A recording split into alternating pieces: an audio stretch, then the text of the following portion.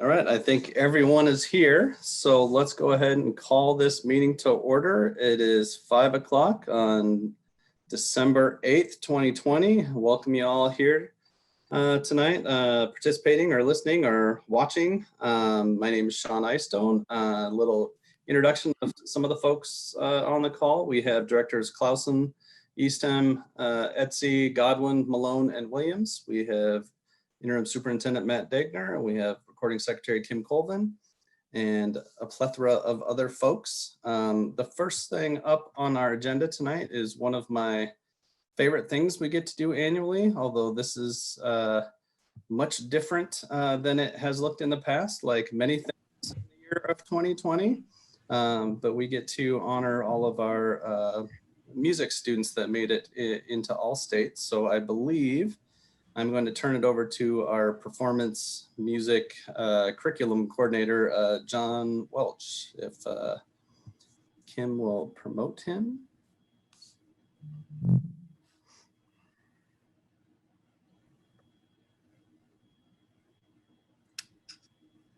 Hi, can everybody hear me?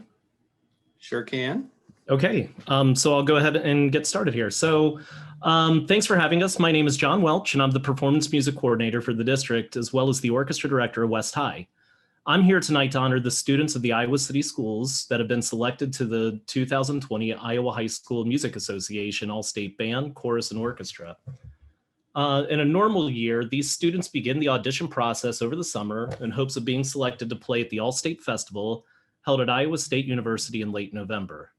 They've spent countless hours practicing. They attended camps and clinics, all for the hopes to have the rewarding experience performing to a packed house at Iowa State University's Hilton Coliseum.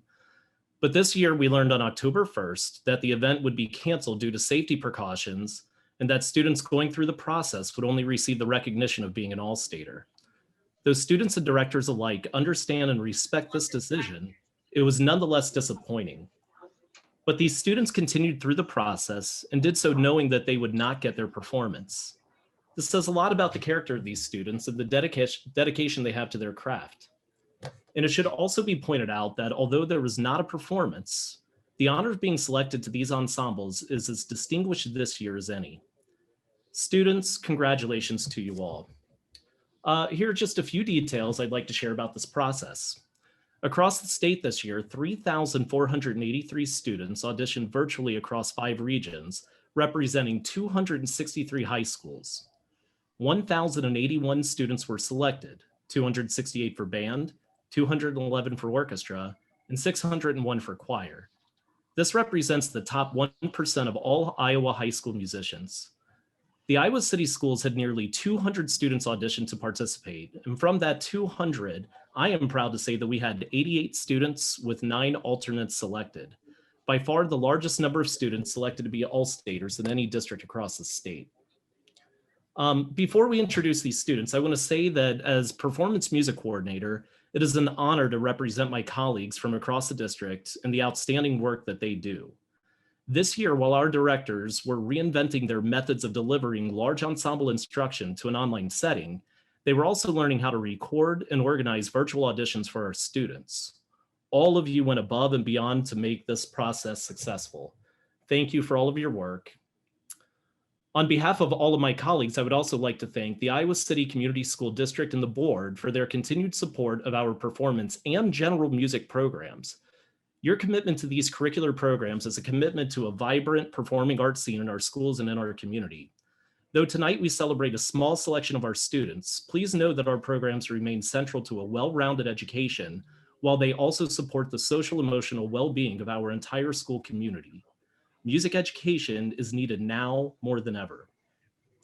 I'd also like to extend a special thanks to Superintendent Matt Degner. In years past, all transportation, lodging, and registration fees for this festival were paid by the Music Auxiliary and their extensive fundraising efforts.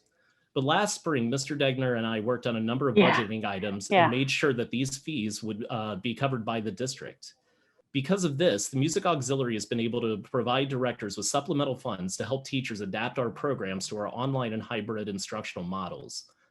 So Mr. Degner, the work that we did last year has had an enormous impact on our programs and all of our students, not just the All-Staters.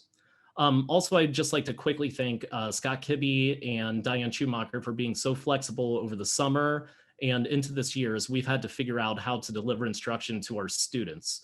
The work that you did and that we did this summer is just very much appreciated. And perhaps most of all, I would just like to thank you, send a thanks out to all the parents that are in attendance this evening. This accomplishment ultimately reflects your support of your child's music education. Thank you for all that you do for our performance music programs here at the Iowa City Schools.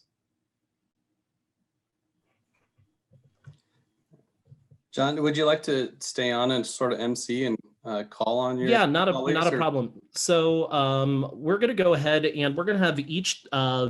We did our best to get a representative from each program to just say the names of the students that are here.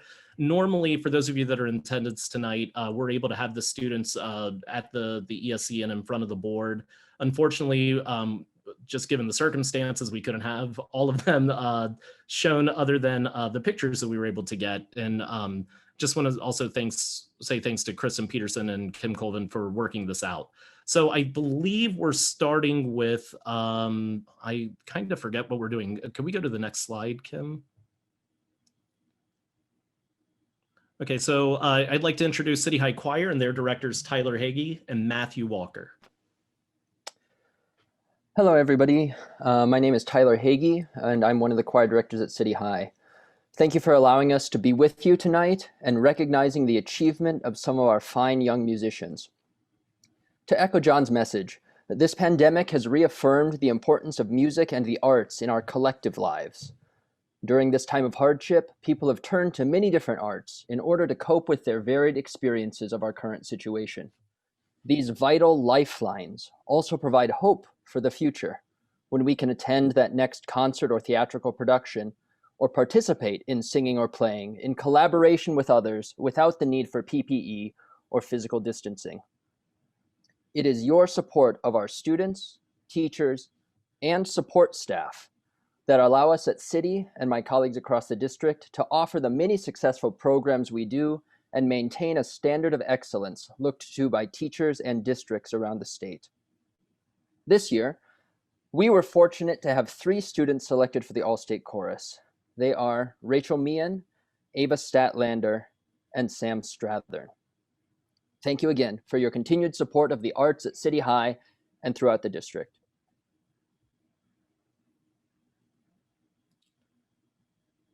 Okay, next, I think we're going to go ahead and introduce Rob Williams and Caitlin Bredeman from Liberty High School.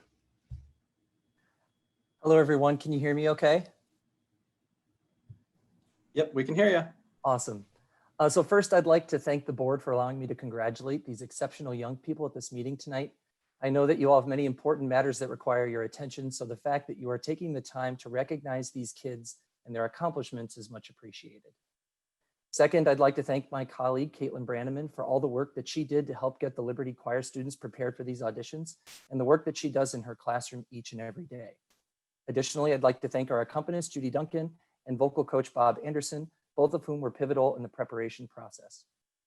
Getting all the students the help they need, even in a normal year, is a monumental task, and having to do it entirely online made it nearly impossible. But with that said, I simply could not have done this without their help, and I'd like to thank each of them for their time and their commitment to our kids. With those thank yous out of the way, I'd like to individually recognize each of the 18 Liberty Choir students who were selected to the 2020 Iowa All-State Chorus. They are Connor Ahrens, bass 1, Tatum Calderwood, soprano 2, Sophia Cockeram, tenor 1, Eden Cohen, alto 1, Ryan Eystone, tenor 2, Ashley Gallagher, soprano 1, Austin Gordley, bass 1, Macy Kazmerzak, alto 2, Bo Leavenworth, bass 1, Deucalion Martin, tenor 1, Jacob Mascardo, bass 1, Alex Moon, bass 1, Hannah Reckemer, alto 2, Elena Schmidt, alto 1, Posey Bell Steffler, soprano 2, Jenna Uden, soprano 1, Hannah Votes, alto 2, and Emma Wild, soprano 1. Thank you so much. Have a wonderful evening. Okay, next up we have West High Choir represented by David Haas and Luigi Enriquez. Yep, thank you all. We were very proud of our students at West High this year that auditioned for the All-State Choir. We had selected Niyati Deshpande as an alto, Sean Harkin as a bass, Danielle Rebar as a soprano alternate, Claire Widmer as an alto, and Evan Zukin as a tenor. Way to go, guys.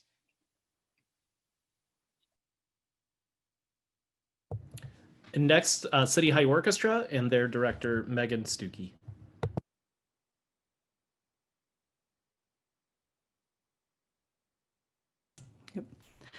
Good evening, everybody. This is Megan Stuckey Swanson, and I have the privilege of introducing the City High Orchestra All-Staters. We have Adrian Bastian, cello, Marina Escandel, cello, Ruth Meehan, cello, Oliver Bastian, viola. Oliver is a 4-year All-Stater, so that's a very special congratulations to him. Wayne Joseph, viola, Claire Sauter, cello, and Greta Stanier, cello alternate, Adam Zeithamel, cello, and Kent Zidane, violin.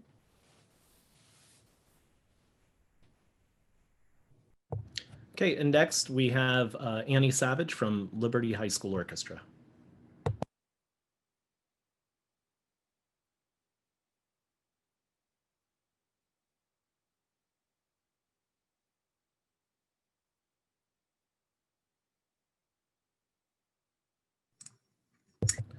Annie, if are you on? I don't see Annie in the participants. If she's Okay. there. And I am happy to read her names for her, Okay. if that's okay. So we have Aubrey Leavenworth, violin, and Garrett Raggi, viola. Okay, and next, I guess introduce myself, John Welch, West High Orchestra. Very excited to announce these students and all their hard work. Paris Basuk, bass, Timothy Burgle, cello, Lucas Shikalikul, cello alternate, Nathan Chen, violin, Maya Chu, violin, Leah Medberg, violin, Jonathan Fan, violin, Ellie Gengiger, violin, Sumin Ko, violin alternate, Mohan Kumar, violin alternate, Kevin Liu, cello, Caroline Mascardo, violin, Yulong Shao, violin. Yulong was also a 4-year member. It's a really big accomplishment. Yuning Shao, violin, Jaden Shen, cello, Emily Shen, viola, Anant Shayamal, violin, Divya Shayamal, violin, Elizabeth Wan, cello, Haran Wu, viola, Taejun Yoon, violin, and Taejun is also a 4-year member, and Xiaoyi Zhu, viola. Okay, and next I'd like to introduce City High Band and their directors, Michael Cobble and Aaron Otmar. Hello, just want to firstly say thank you so much to the board and the district for your great support of the arts. Our district's music programs just cannot be their best without all of your excellent advocacy. So thank you all for even taking the time to sit here and listen to us celebrate our excellent music students. It's a quite awesome to see this. So with that, we had 7 students from City High Band chosen this year for the All-State Festival. The first being Matisse Arnone on horn 2 for the orchestra. Lila Butler Mills was selected for the band, clarinet 3. Keith Freestad was selected for the orchestra, playing percussion. Laura Freestad is a clarinet player selected for the orchestra and is a 4-year All-Stater. Adam Holmes was also a 4-year All-Stater and was selected for the band on bassoon. Monique Schneblin selected for the band on oboe, and Ella Sherlock selected for the band on bassoon. Thank you all.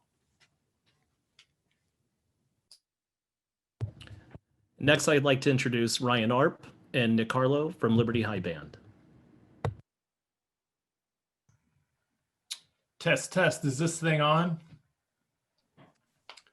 All right. Sounds good, Ryan. I'm Ryan Arp, and I'm band director at Liberty High School.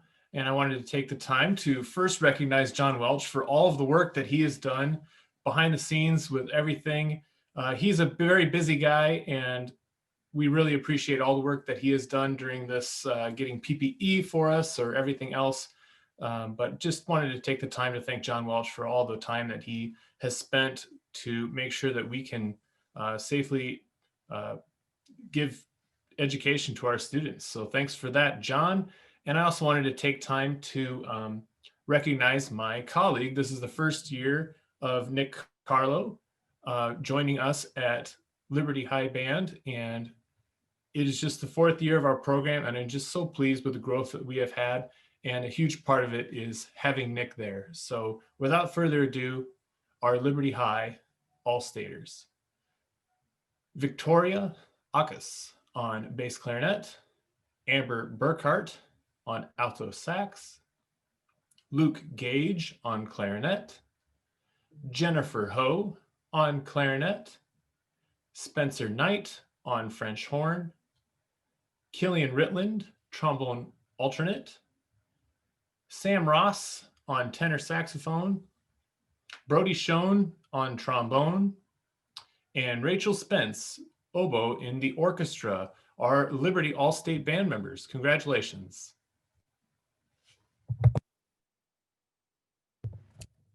Okay, and last we have Rob Med and Rich Med from the West High Band.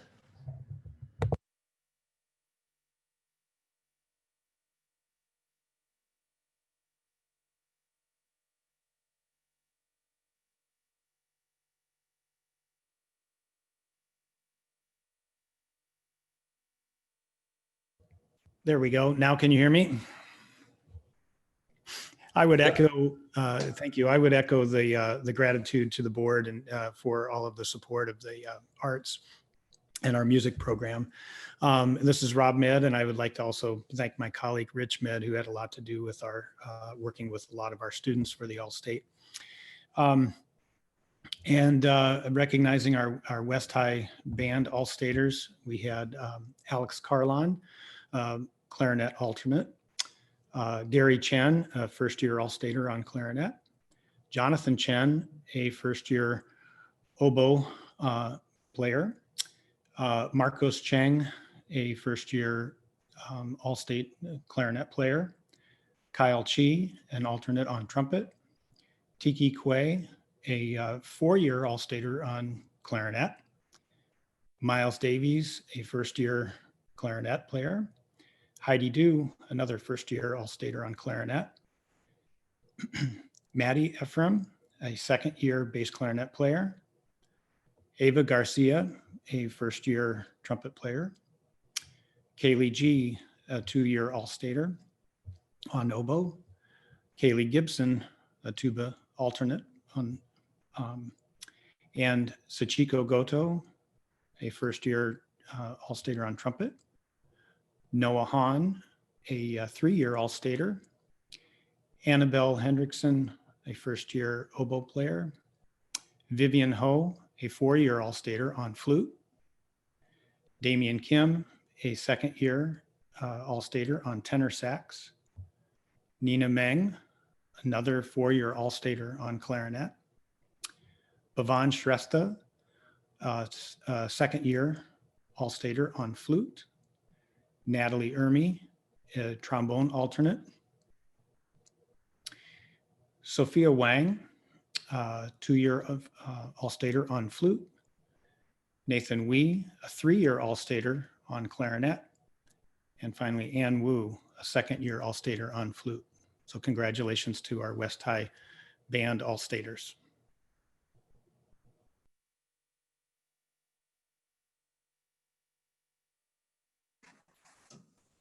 John, did you have any closing statements you want to make? That's a No, pretty I just impressive wanted group of kids. Yeah, thank you all so much for your continued support. We really appreciate it, and for taking the time to acknowledge these students. You know, as I mentioned, and I'll just try to keep this as brief as I can. You know, it's a very anticlimactic year for a number of reasons, and just a tough year all the way around. But I would just be remiss if I didn't emphasize again just how much appreciation we have for obviously all of our students, and just for you taking the time to acknowledge them. This is very important for them. and just all the work that's been done behind the scenes to continue instruction for all of our students. They're still pushing on and just doing an outstanding job. So thanks again for having us tonight. Thanks so much, John. Appreciate it. Sean, do you mind if I add a comment or two? Go ahead. I want to thank John for bringing all these students to us tonight. Really appreciate the work I know every student has put in and the effort that they've devoted to their musicianship in reaching this level of performance. Our daughter, some number of years ago, was a 2-year All-Stater on cello. And I remember very keenly, even now, the pressure she was under as she went through the tryouts and the reward she felt when she was able to perform at that beautiful Coliseum in Ames, and how proud we all felt as parents of what she had done and how much we enjoyed the music that she and her fellow orchestra, band, and choir members presented to us that night. So thank you very much for the group coming. I would ask if in the future, maybe you could put together a little song or performance for us. That would be great. Thank you again. Well played, Charlie. I like it. We'll get some music in this thing. It'll be fun. All right. We can move on to our next item. We have our student representative update. And first up is West High, which is good because they're the only students that I saw on the list. But Paras Pasuk and Aditi Borda are both here tonight. So I don't know if they are both planning on speaking, but Kim, we can promote both of them. And if they both want to talk. Hi, hope you all can hear me. Yep. I'm Aditi. I think Paras is speaking later in the meeting, actually. So good evening. I'm a senior at West this year and also a school board representative. Even with the online transition, West has had a really successful first trimester of the school year. In addition to academics, students have continued to be involved and made progress in many different extracurricular activities. So the National Scholastic Press Association announced their 2020 finalists in individual categories and named 12 West Side Story student journalists and articles as finalists in various categories, including photojournalists, news reporters, designers, and artists. The West Side Story news publication was also named an All Iowa News Team of the Year, and the Trojan Epic Yearbook placed second for Yearbook of the Year. The third West Side Story publication of the school year was also released on November 20th and was available through free home delivery for readers in the ICCSD area, or was also available for pickup. Last weekend, Theater West hosted their first radio production, War of the Worlds, and their second production of this year, It's a Wonderful Life, will also be premiering next weekend as a radio show. So you can all buy tickets for that, actually. West High's Quiz Bowl team 321 recently competed at the National Online Academic Challenge, which involved answering questions from various academic subjects, including math, science, history, and the arts. And West High's team actually placed 6th nationally, which is the best they've done, I think, in 4 years. West High's FTC robotics team, named Trobotics, is also getting prepared for their first league meet of the year, which will be hosted virtually on December 18th. And other new clubs at West, such as West High Big Dreamers and the Anime and Japanese Culture Club, have also started meeting more regularly in these past few months. Given the transition to online, winter sports at West have been halted, but students involved in West's fall sports have had success in the past by individual students being named KCRG Athlete of the Week and also 2020 Senior Scholastic winner. So overall, West has stayed busy and we're excited to move into second trimester.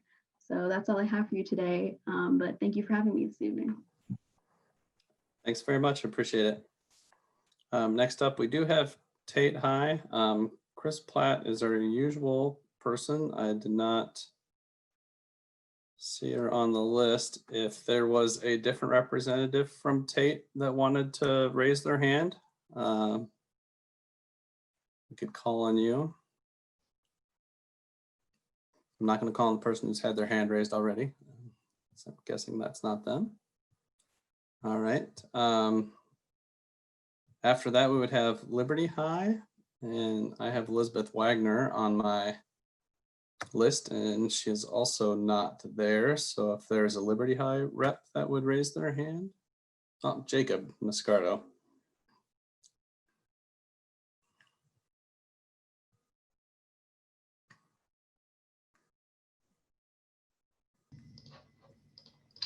Hi everyone, my name is Jacob Mascardo and I'm a senior at Liberty. Recently, we have begun our online tutoring program that is open to all students. NHS holds tutoring sessions 3 times a week with NHS members offering support for academic work, organizational skills, or anything else that students at Liberty ask for. We have had relatively low turnout, but we are looking for ways to increase participation. Liberty also hosted the University of Iowa's MoneyThink for a webinar during homeroom. MoneyThink provided students with information on the college application process, how to apply for financial aid and scholarships, how to find internships in college, and more. We also held a virtual club fair during homeroom. Each club prepared a presentation that gave students at Liberty information on what their club was, when it was held, and how to join. This has allowed many clubs to begin the transition to online meetings as we are asynchronous. This is all I have for you tonight. Thank you. Thanks, Jacob. Appreciate it. Next up is City High. Catherine Gertis is our representative. I do not see her here. So if there's a City High representative that wants to raise their hand.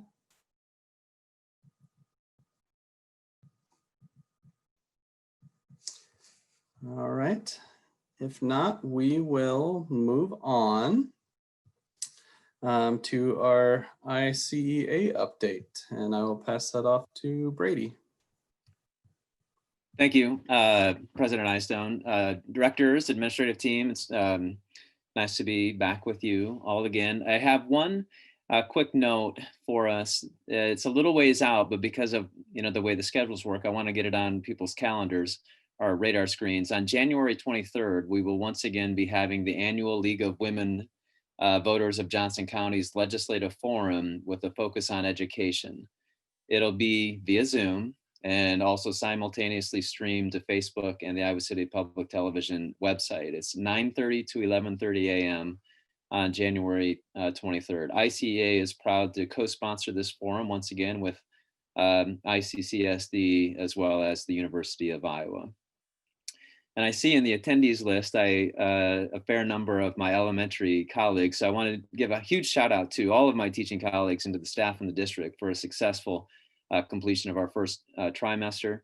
Our elementary colleagues spent countless hours preparing for their 12-hour plus family teacher conference day yesterday, and then turned around today and had a successful start to a new trimester with a fair number of changes to who they had in their classrooms, as well as a few changes to assignments. That's a considerable undertaking that is really well deserving of our recognition and thanks. And we are in unprecedented times, and ICEA continues to be incredibly thankful for the strong collaborative partnership that we have with Matt and his team, and with all of you. Our shared commitment to working together is certainly a hallmark of the district. And I want to thank Matt for his leadership. During these most challenging of times, Matt has been simply outstanding as our superintendent. I also want to take the opportunity to congratulate on his pending retirement a close friend and colleague who embodies the very best of being an educator. Scott Hibby, our executive director for secondary schools and our first principal at Liberty High School. Scott is the man of the highest integrity who is selfless in his service to our students, staff, and community. He's inquisitive. I'm going to miss our phone calls that often started and ended with Scott saying, "My wheels are turning." He's reflective, compassionate, and committed to the growth and improvement of others through collaboration.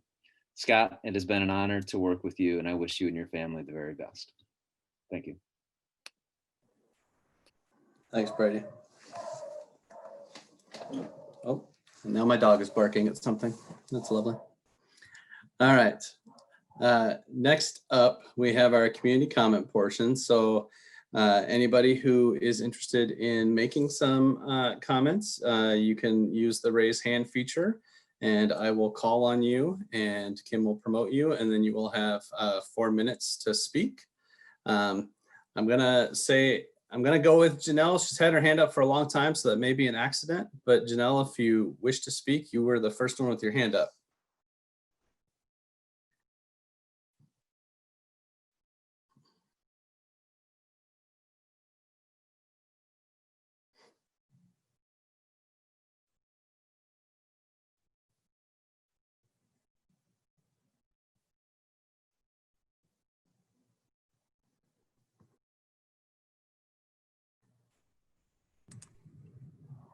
Janelle, if you would like to speak, you can unmute and speak. And if it was an accident, no problem. We can move on. I would just ask that you put the hand back down so I don't keep trying to call on you.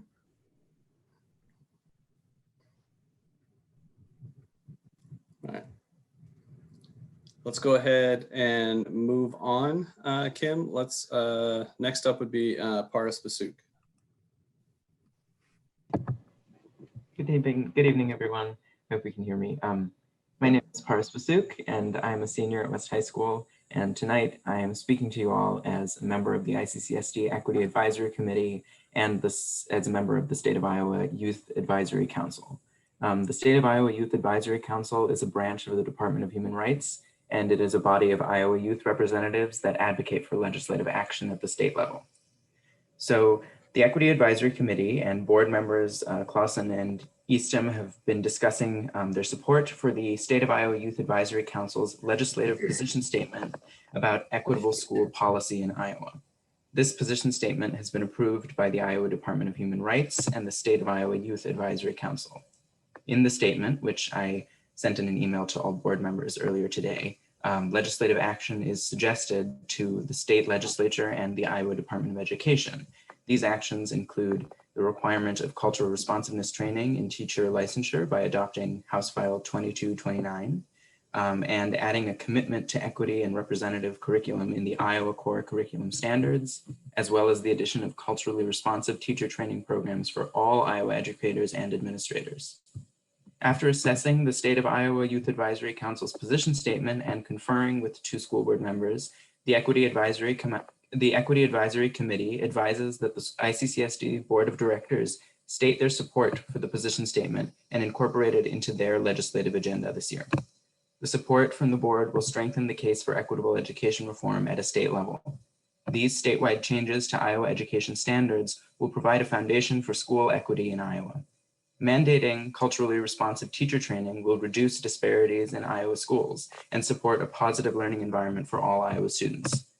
The ICCSD has made great progress in its independent development of equitable practices, and the incorporation of such practices into Iowa Code will empower other school districts to take similar steps towards equity. Thank you for your time. If you have any questions, feel free to contact me or the Equity Advisory Committee. You can also refer to the document I emailed to you, which is the position statement itself. And I look forward to being in touch with you all about this. Thank you so much. All right, thanks, Paras. Appreciate it. Is there anyone else that would like to speak?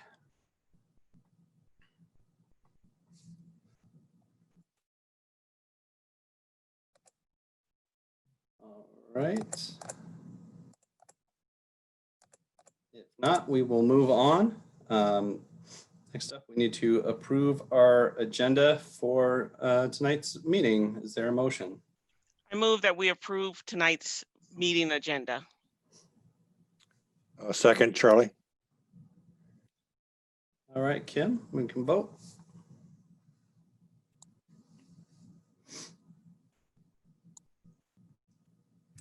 Online voting is open.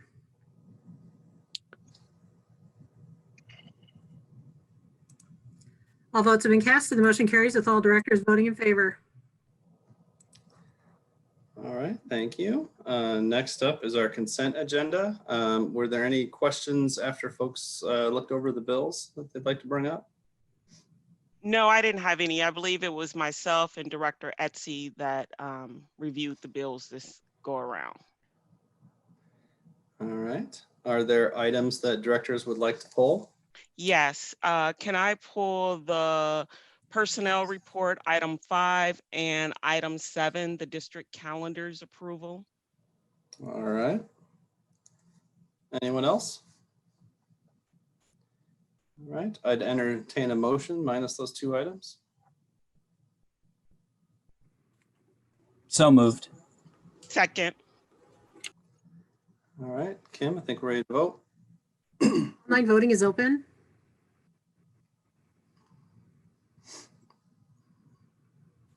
All votes have been cast and the motion carries with all directors voting in favor. Thank you. So the first item pulled was item number 5, our personnel agenda. Yes, I didn't have an issue with it, but this is, I thought, the most appropriate time to thank Scott Kibbe for his service. I do know he'll be retiring at the end of this month, and we don't have another board meeting for 5 weeks, so after his retirement. So I just wanted to thank Scott for his dedication to our district and his leadership, especially for stepping into the role he has taken on at Central Administration, knowing that he had to do everything facing a pandemic. So I just wanted to give other directors as well as myself the opportunity to thank you and wish you well in retirement.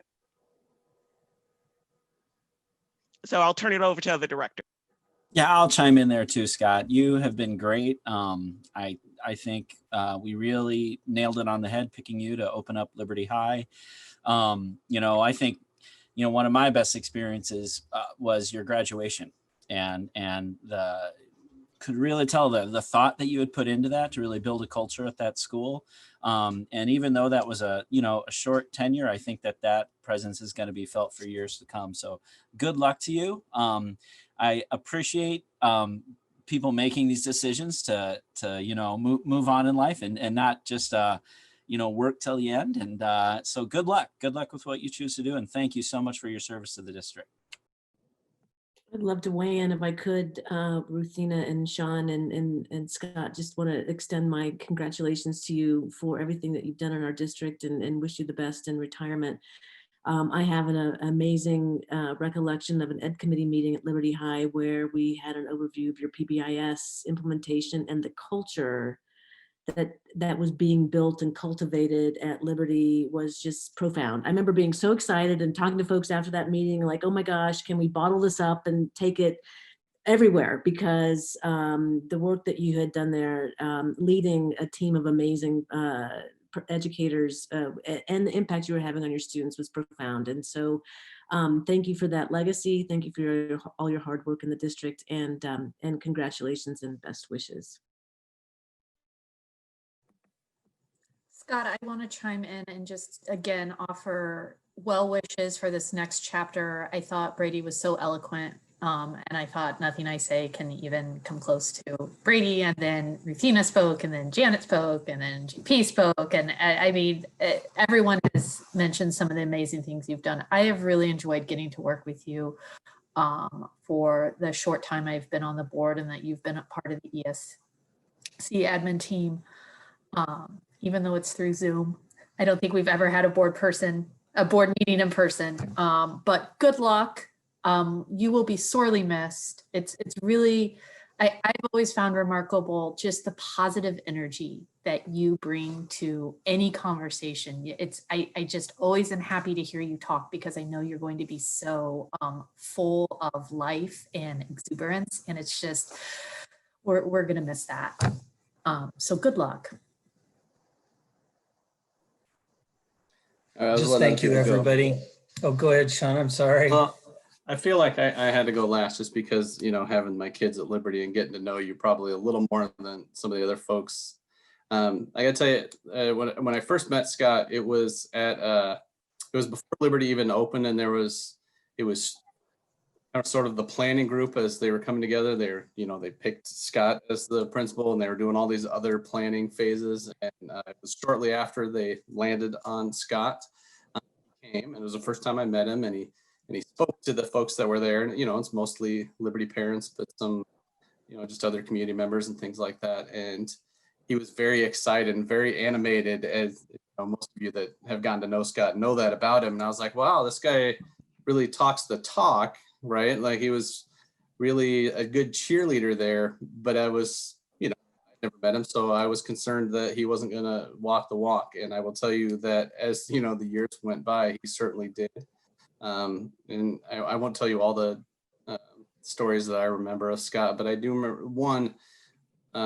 Most of you on this call probably remember the first year that Liberty was open was pretty rough, because they didn't have a culture, they didn't have an identity, they didn't have a lot of older students giving some good leadership to the younger students, and Scott took that very personally, and that's what kind of prompted the whole PBIS thing that Janet mentioned, and the Boltz matrix, all those words and what they stand for. And that really laid the groundwork for building culture.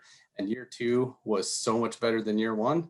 I'd say year 4 has been the best so far. Nobody's having any issues there, but nobody's there. So that's a little weird. So, but Scott, you laid some groundwork there, and you've left a great team behind too. So I think Liberty's in good hands there.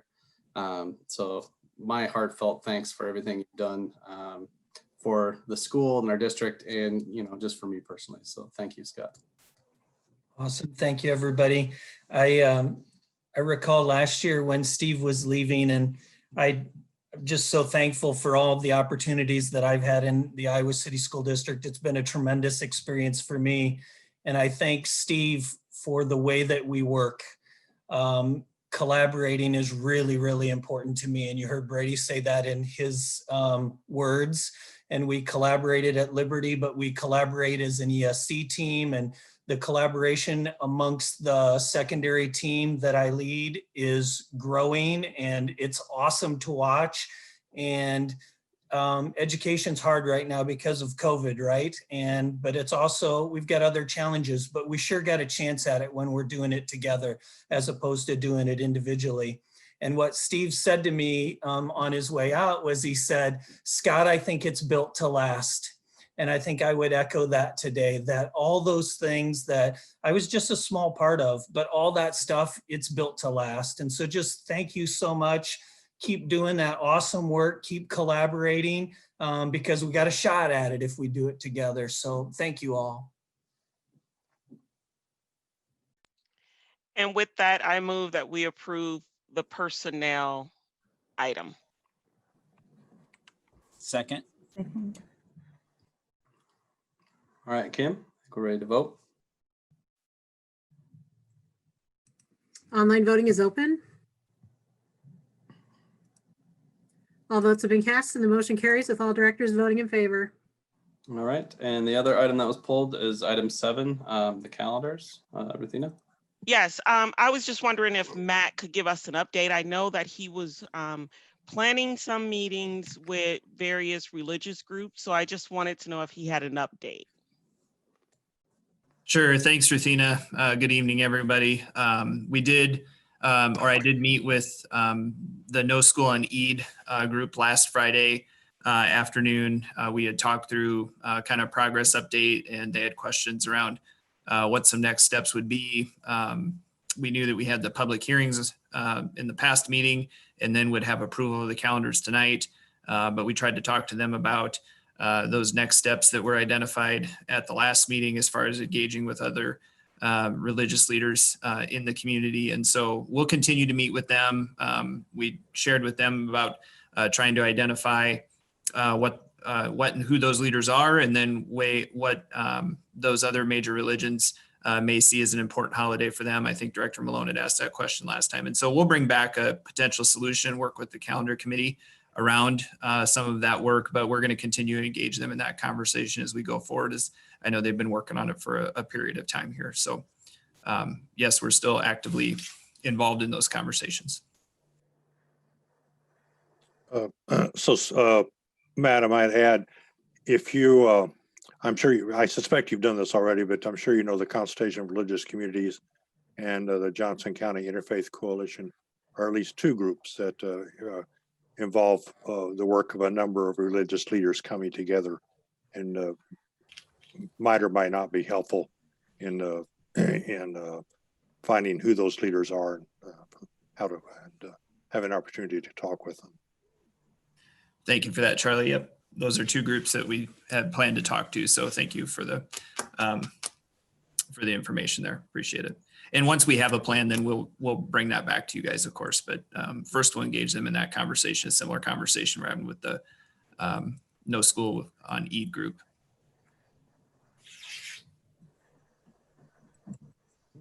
Directors, any other questions on that? I would ask Matt, do you know how often the calendar committee meets? Is it just like once, like leading up to this kind of time frame each year, or is it multiple times? It's kind of as needed, and depending on the issues they encounter as they're working through there, we'll have to pull them together again once I think we have something recommended for them to consider. So we can easily pull that group back into conversation and talk to them about some of the potential changes that could be coming. But first, I want to have something to be able to work with them on of substance to do that. But it's kind of an as needed basis. And then so those number of meetings could vary by the time we get to a satisfactory calendar. Are there any other questions from directors? If not, I would entertain a motion.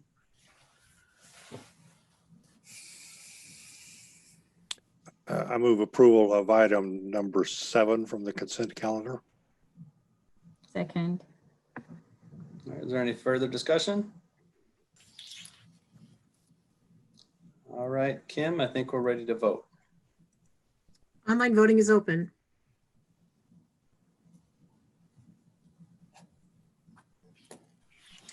All votes have been cast and the motion carries with directors Godwin, Clausen, Eystone, Eastham, Williams, and Etzied voting yay, and Director Malone voting nay. President Eystone, before we move on, I just want to offer an explanation for my vote. Since I've been on the board, that's been a topic of concern with the previous super, Steve, that I have urged the calendar committee to look at ways to make our calendar more inclusive. So my nay vote is just standing by what I believe is fair and equitable for our students. We need to have a calendar that's inclusive, not just for our Muslim students, but those that recognize other religious holidays if possible. Thank you. Thank you for the context, Director Malone. Appreciate it. All right, we will move on to our next discussion item. The decision matrix. I understand there's some wording changes and whatnot, so I will throw it off to Matt to kind of walk us through it. Sure. So thank you again. The decision matrix you have there in front of you is not substantive in changes as far as any kind of numeric changes that we've used as our guide throughout the year. There is a change in the how it will be used paragraph. Before we had referenced a meeting, and sometimes we don't always hold a special meeting after we make a recommendation and move forward. And then there are also a couple changes on the second page of the document that refers to timing of when we would switch delivery models. In the past, we had talked about either the next school day or the beginning of the week. And so we tried to create some flexibility in there that says as soon as the next school day and no later than the start of the next instructional week following the decision. That was kind of what happened to us here this last time with the transition. And so just trying to create some additional flexibility into that conversation about when a situation's upon us, about what makes the most sense and how to respond and when to start those transitions or not start those transitions. We'll still consider factors around parent communication and staff communication and what's best for the kids, of course. But I did want to bring those to your attention. Really the process, all is still the same as far as outlined there, just a couple operational changes. Like I said, on that second step that would help us with some of the transition in that regard. So unless there's questions, I think it's kind of a quick overview in that regard. All right, are there any questions from directors on those minor changes there? I'm a firm believer in having your policy match what you actually are doing. And I think we did something slightly different than what the policy said last time. So I think it's important to codify that. I'm not sure, we voted on the matrix initially, did we not? So would it behoove us to take a vote on it tonight to approve the changes? That would seem to make sense to me, Sean, if we approve the first one, that if we're going to make an adjustment here, and then if the board does have any future conversation around any other changes, it would help to stay consistent with that action. All right. If directors have questions, now's the time, but if there aren't any, I would entertain a motion to approve the new matrix as presented. I move that we approve the decision matrix as it's presented this evening. Is there a second? Second. All right, any further discussion, directors? I'm sorry, I was trying to jump in there before the motion was made, and it's only because I'm kind of a stickler for how things are presented. This was listed as a discussion item. It was not listed as an action item. Do you want to proceed with us taking action tonight? Or I'm just throwing it out there because we may hear back, because as it was presented to the public, it was a discussion item tonight. That's a fair point. I know that we have had stuff as discussion items before where the public has assumed we were taking action even when we weren't. So I'm not completely sure that that's an issue here. I feel fairly confident in the fact that we weren't making substantive changes there. We did not change the numbers, and I think that's where we would get the most comments from the community.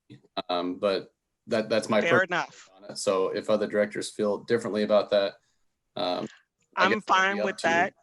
All right. I'm fine with that as well, but I just thought it would be best to point that out for the body to make sure that we were in agreement or not, especially since the motion is on the table. So I wanted to point that out, and if the body decides to move forward with it, so fine, that's fine.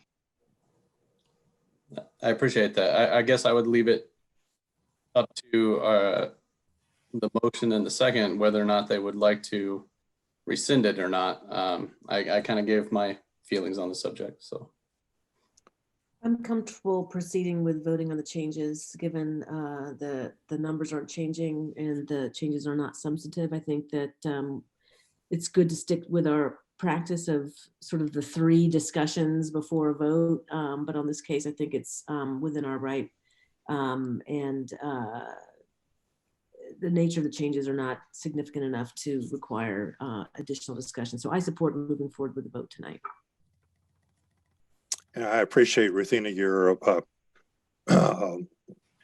highlighting this. It is the procedural thing is important, yeah. But I do agree with Janet, and that I think the substance is not there to require us to do this. That is a decision item. So.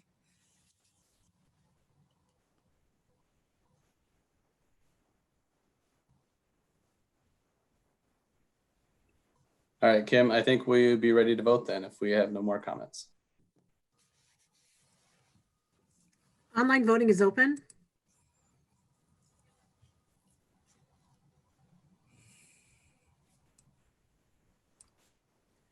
All votes have been cast and the motion carries with all directors voting in favor.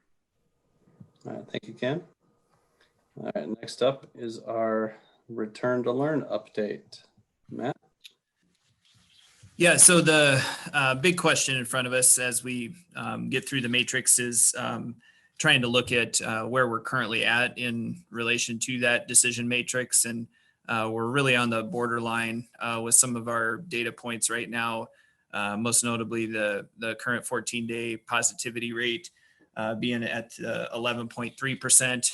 The state has added a new numeric on the site, which shows a 7-day positivity rate or rolling percent positive cases average, I think is exactly how it's stated on the site, that shows an 8.7%, which would be under our 10 as we look at our decision matrix. But on the matrix, we really refer to that 14-day average because we know it can be very fluid in that situation. So our normal process would have been that if we were above 10%, we would have applied for permission from the state on Friday.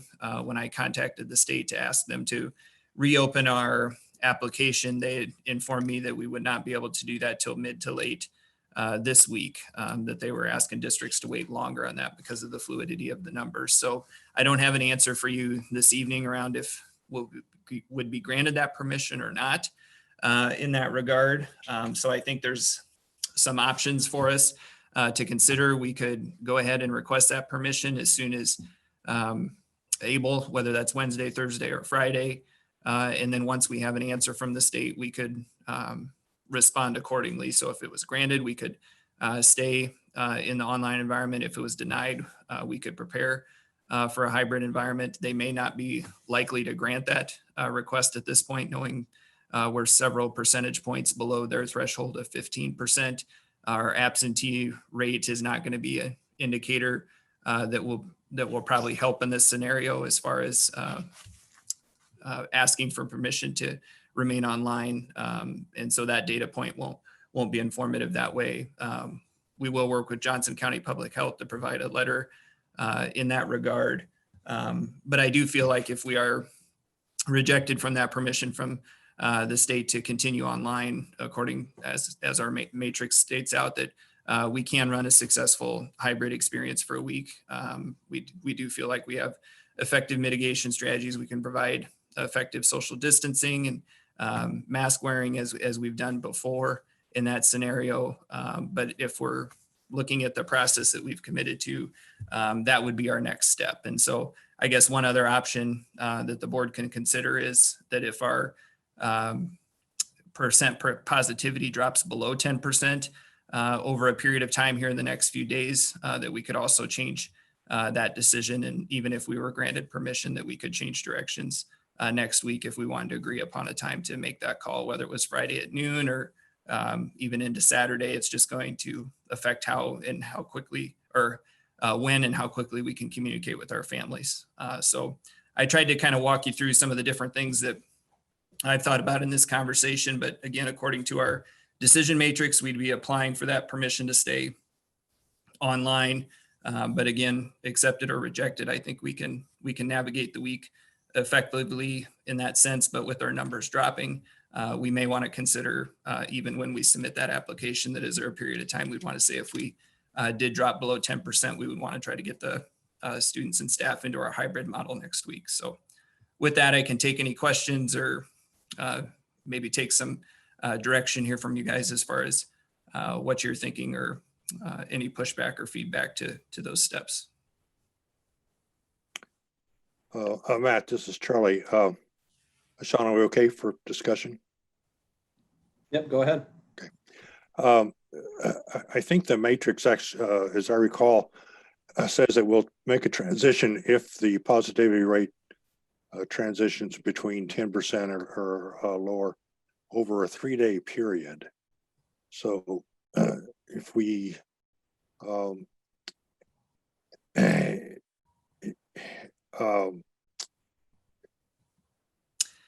I think that you'd want to, sorry, Charlie. No, well, go ahead. So how to apply that in the situation we're in right now, where the positivity rate for the county has a trend to it now, which could change because of the beginning increase of any effect of the Thanksgiving holiday on infection rates. So where would we be if we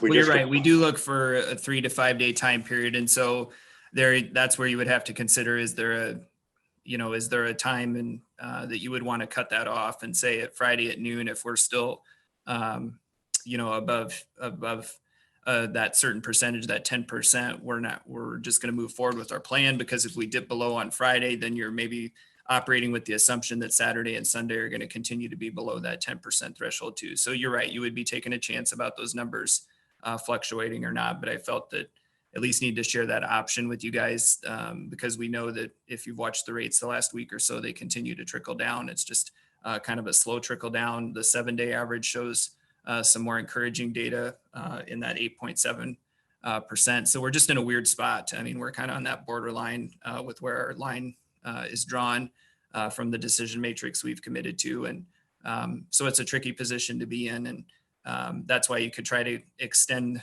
or delay the decision a little bit until we see some data later in the week, or we can commit to submitting a request and following what the state guidance is, either if it's accepted or denied, and prepare for a week accordingly.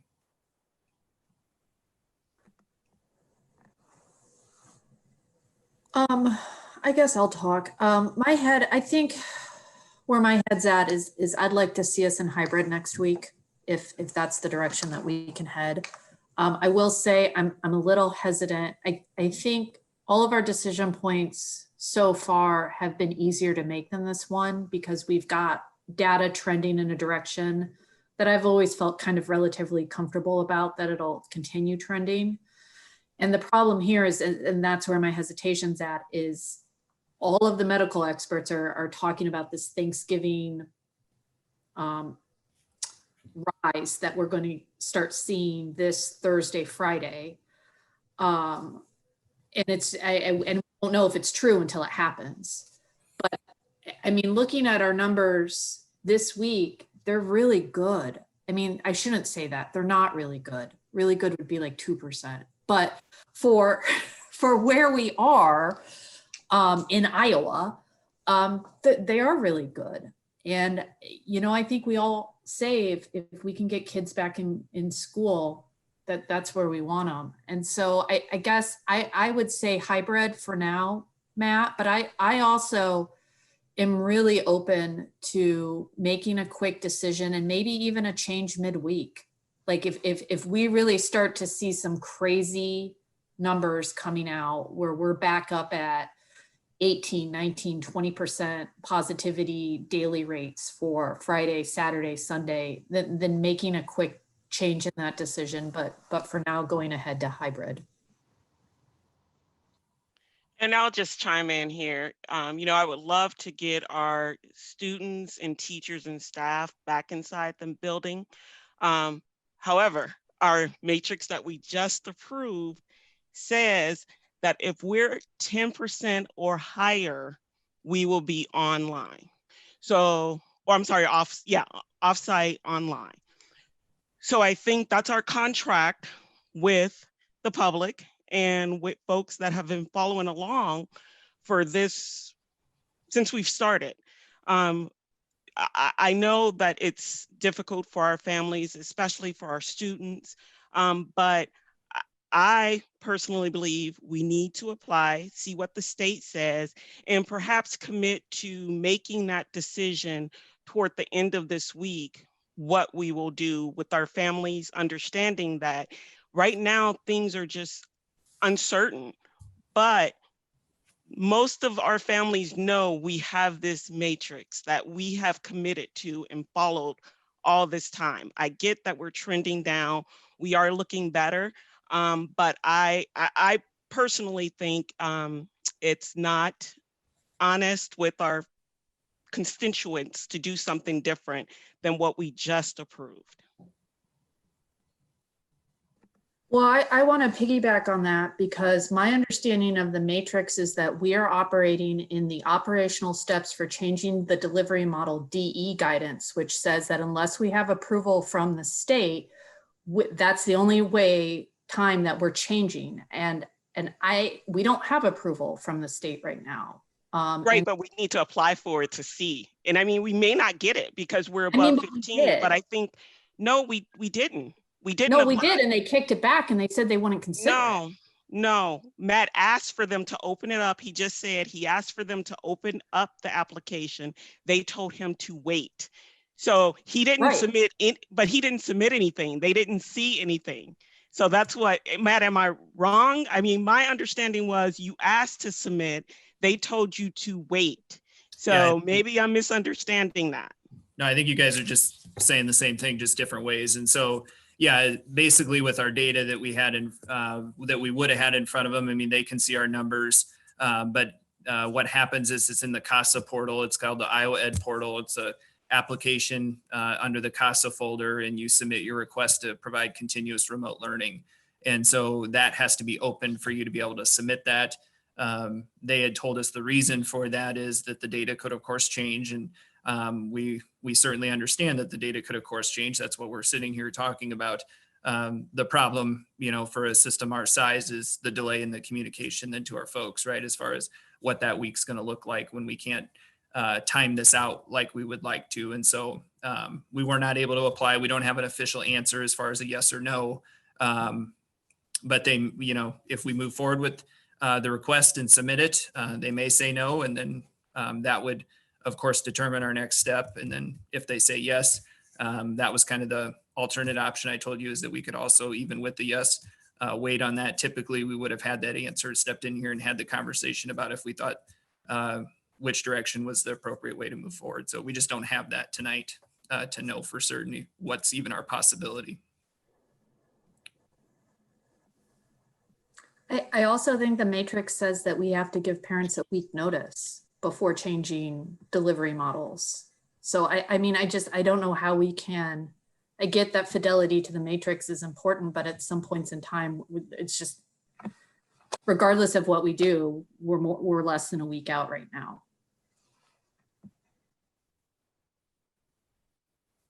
Yeah, that's tough. This is Janet. I'll just make a couple comments. This is, I think Lisa said it. This one's really hard. Just, and I think Matt, you hit on this. This one's hard because we're not in a an outrageous, total, you know, violation of the matrix. We're still not within the matrix rules, but we are trending down. I think we should, per Ruthina, apply for the waiver and follow the process that we've established in terms of the rules, if you will, that we've set up, and expectations that we've set up in the district. I think that's the right thing to do.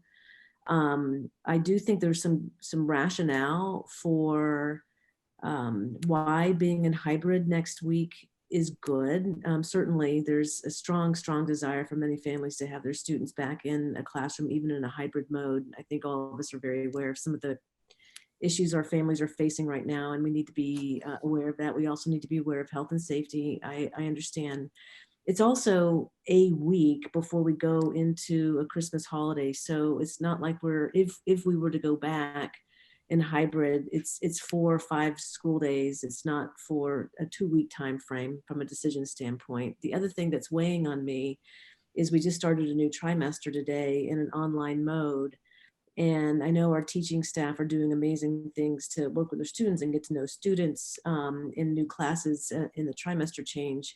I do have a niggling concern, though, that if we're online next week and through the Christmas holidays, we potentially see another surge of positivity occurring, that there is a possibility that we would be starting our schooling after the Christmas break, after the holiday break, online. And I do have a concern.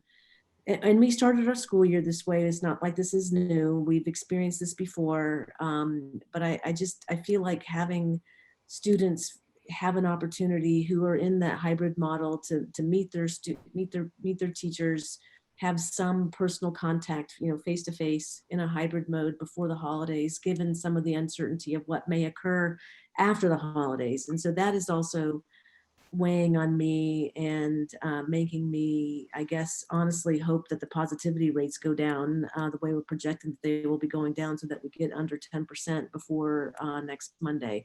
So there's a lot of hope and prayers in there. It's hard to make decisions on hopes and prayers. I think my position right now is balancing risk and mitigating risk and making risk-based decisions. And if we end up making an exception to our decision-making matrix, we need to be very articulate and clear about the reasons why we're making an exception, because I do think that that matrix is our contract with our community. We've said this is how we're going to operate. We have procedures around how we're going to manage this. However, I do think it's within our purview to, with proper rationale, make the decision to make an exception. And I think we just need to couch our decision making in terms of that. I don't want to throw the decision matrix to the wind. It is our contract. We need to honor it. But listen, I work with contracts every single day, and there are times when you amend a contract because conditions have changed and we've learned from it. So this one's tough because of we're in a very, very changing, conditions are changing. And because I feel that, again, 1 week before the holidays, uncertainty of positivity rates surging after the Christmas break, and the desire that I feel, and I've heard from community members, to have their students in school who've adopted the hybrid model to meet their teachers in a new trimester format. So this one's tough. I think I support applying for the waiver, seeing what the DE has to say, monitoring trends, and then if we need to make some decisions late in the week after DE feedback, I'm very willing to have those conversations. I know it's a hardship on families to make last minute changes and adapt on a dime, and hard for teachers and building staff to adapt on a dime. But I think given the changing environment, that's, in my view, what we need to do these next few days is just manage actively through the conditions. So I'm not sure if that's helpful, but just wanted to get some of the things that I've been thinking about out on the table. I appreciate that, Janet. I appreciate what everybody's saying. And that's where I'm at too. I think we should apply for the waiver, hoping that the rates are going to go down. And I guess with that hope, I think, I'd like to give folks as much notice as possible. And obviously we can't control when the state allows us to apply. That's out of our control. So I guess I'd like to sort of, message that we are, very hopeful to be in hybrid next week.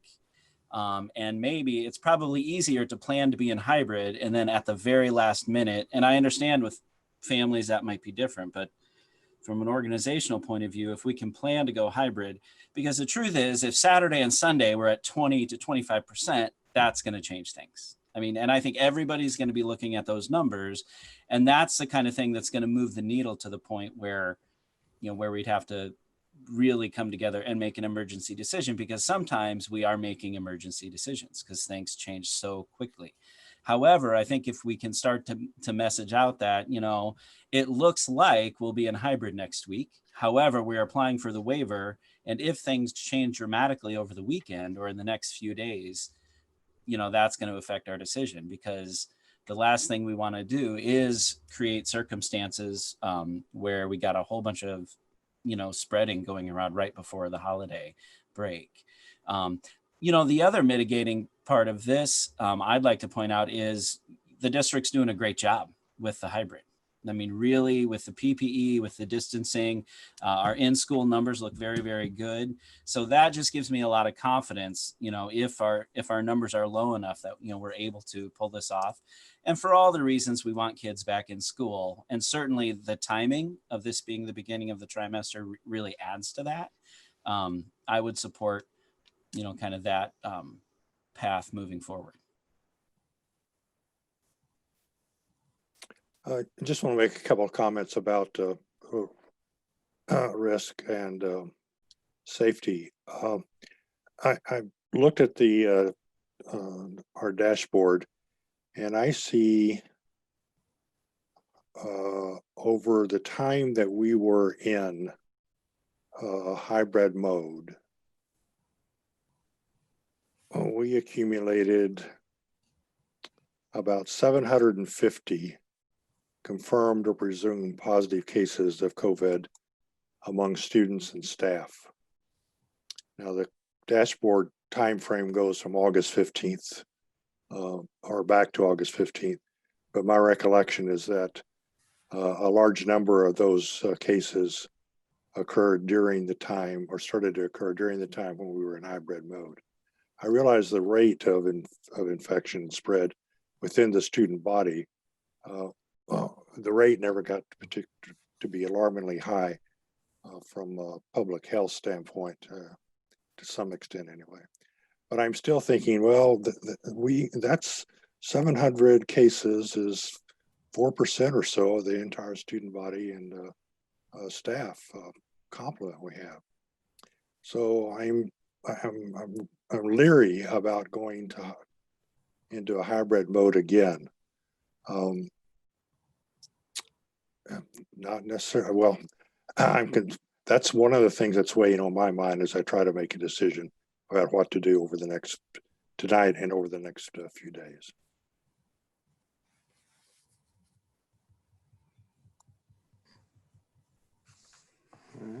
I'll just give you a couple of my thoughts. I know there's been talk about numbers looking good or looking better. They don't look good here.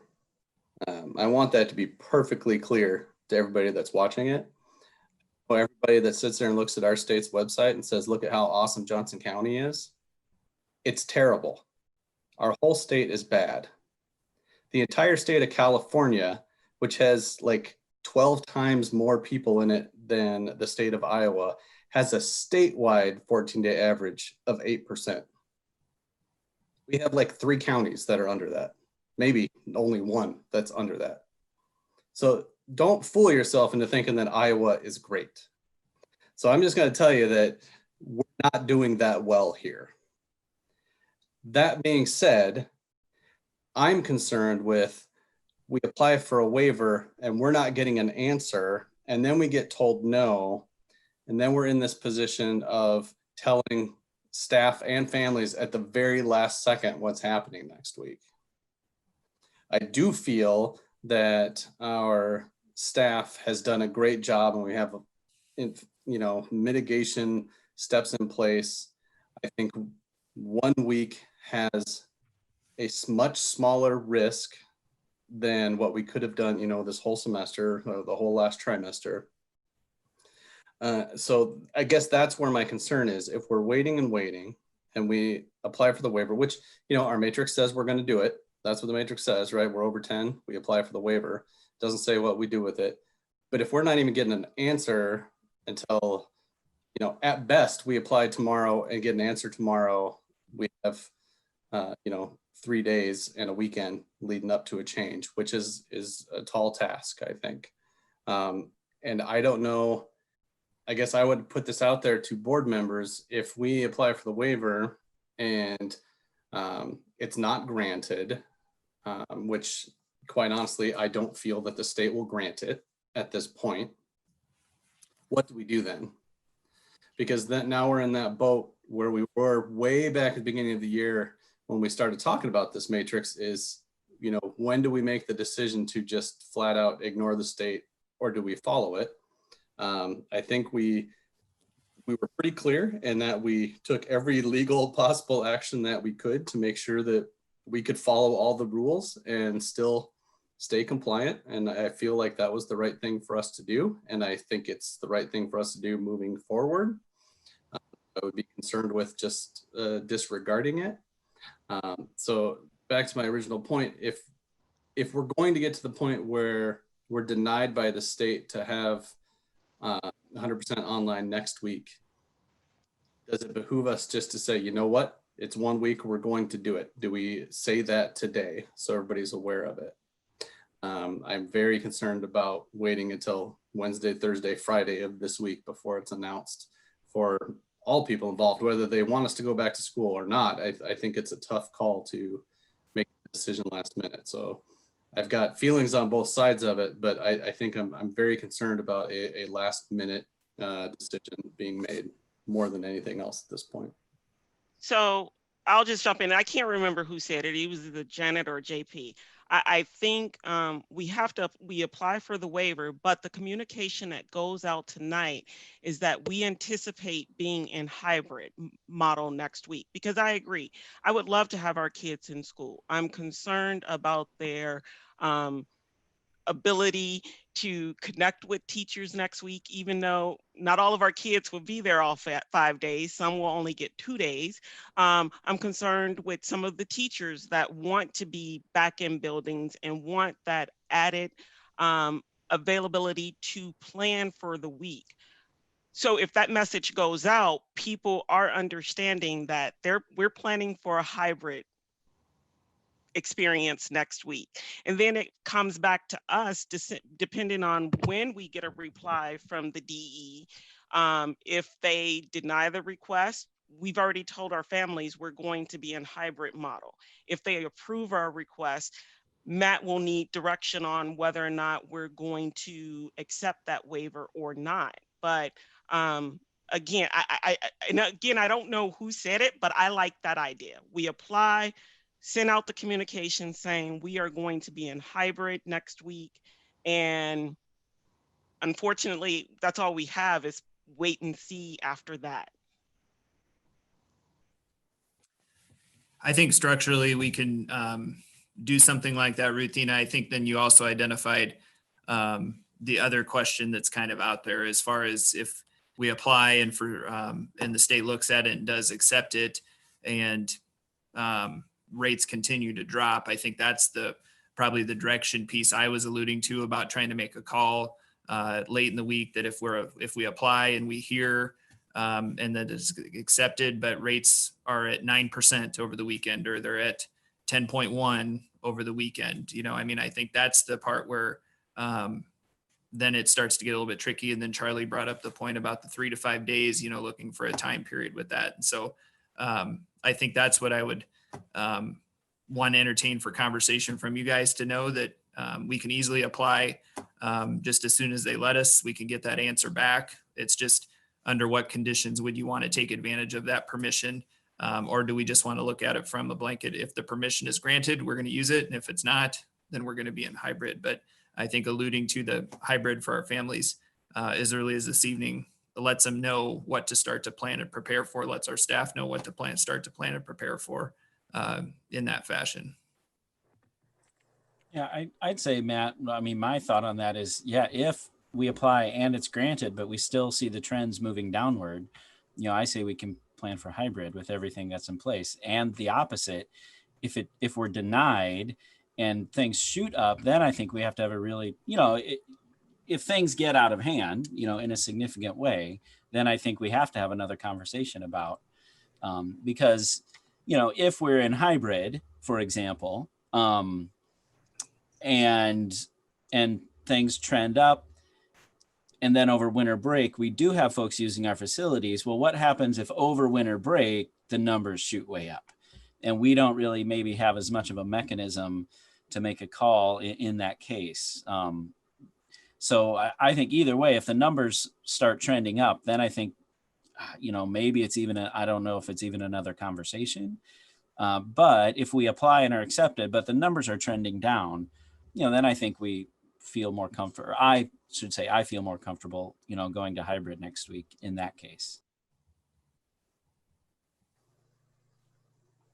I was just going to say that I agree with what Ruthina said, but I also want us to include in the communications to the public that if the numbers do go up after we have applied, I guess depending on what the state does, if the numbers do go back up, we would go back and look at the matrix, and we'll use that in our decision making. That's all I have to say. I know this is a very difficult situation.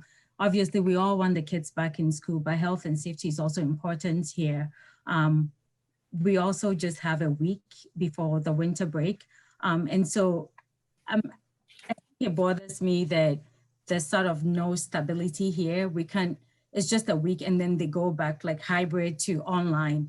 It's just a little bit cumbersome, but unfortunately we can't control what happens looking at, the numbers out there, so.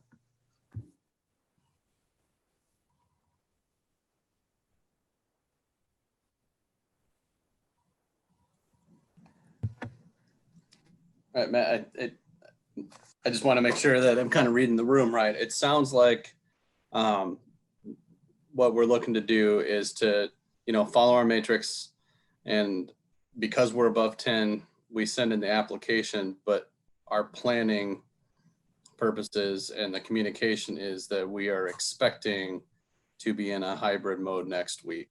And we would make it change that decision as soon as we can, right? I mean, Yeah, I think Kind we'll of a have summary of what.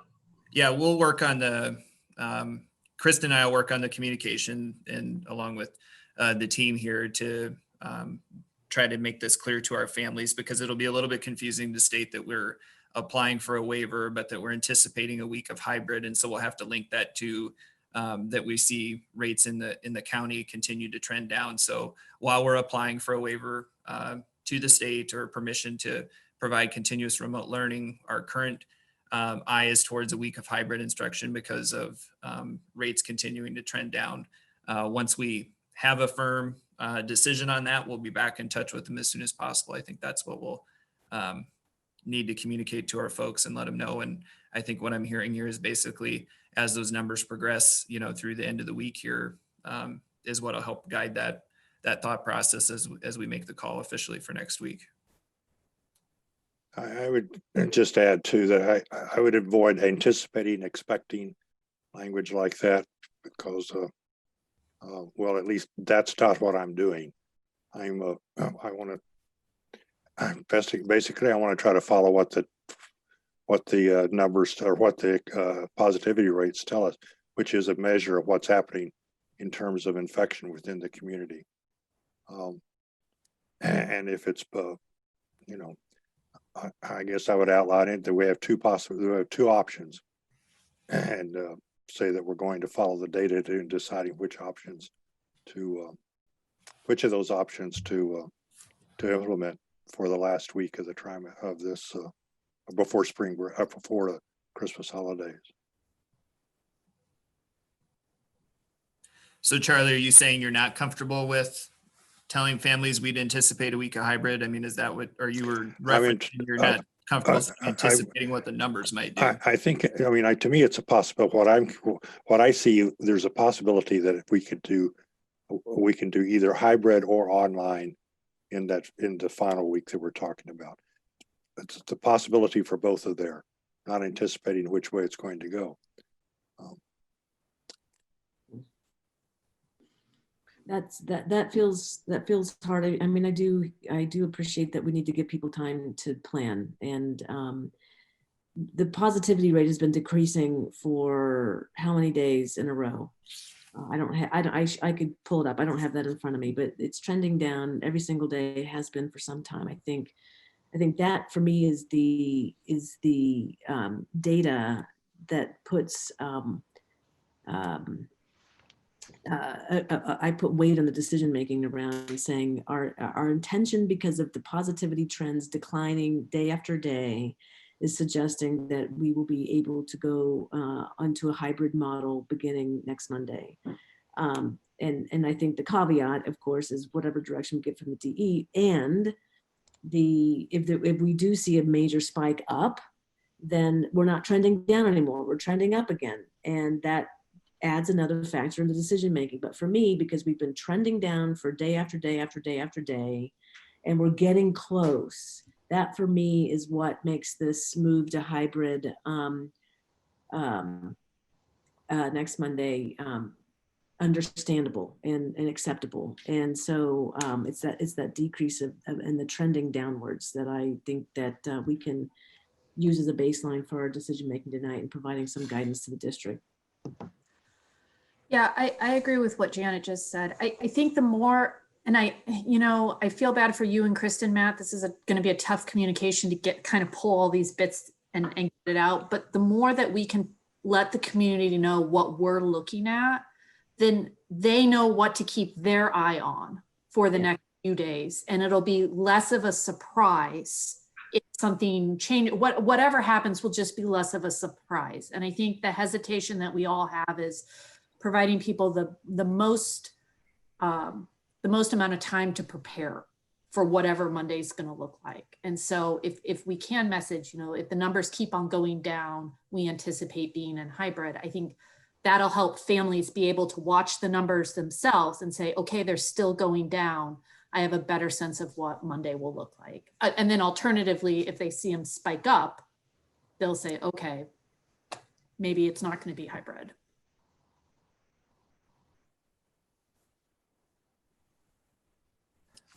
I would ask, I'm sorry, Sean. Well, if this next communication, or if there would be one later, going out to folks for what to expect over the winter break, as far as any rules or regulations that are in place. I mean, I know that we've got plenty of folks wondering about their extracurriculars and what we do next week does or does not affect what happens in that 2-week period. I mean, I'm asking, I guess, because I don't really know. But I think that'll be the question that everybody, well, not everybody, anybody who's involved in extracurricular that would have stuff going on over winter break will ask that question. So I think that whatever the decision on that is needs to be part of either this communication or one shortly thereafter, right? Yeah, we'll include extracurricular information once we know what we're actually doing for the academic side. And so when we have a firm decision on that, then we'll communicate out to coaches and families what those extracurricular opportunities will look like or what they won't look like. But I think first it's important we get that academic piece figured out and about what our instructional model is going to be, and then we can give them the parameters for what experiences they can or won't be able to do either during next week or over during the break. But you're exactly right, Sean. That'll be a big piece that we need to get communicated out to our folks around that. And so if I'm hearing you guys correctly, as we transition into tomorrow, we'll look to apply for permission to provide continuous remote learning as soon as possible. We'll continue to monitor the positivity rate in the county, the 7-day average, the 14-day average. We will notify our families that that's our intent to apply, but that we're also anticipating that next week we'll be in a hybrid mode as long as the positivity rates continue to progress in the right direction, and that we'll be back to them as soon as we have a firm stance on what we're able to do and what direction that'll look like. So I think those are the key points. I've seen Kristen jotting some things down here as we've been talking. So we'll work on getting that communication turned around just as soon as we can. And then also once we hear back from the state and as we see our numbers here over the next couple days and let families know that that's what we're looking at, we can be positioned to be successful on Monday.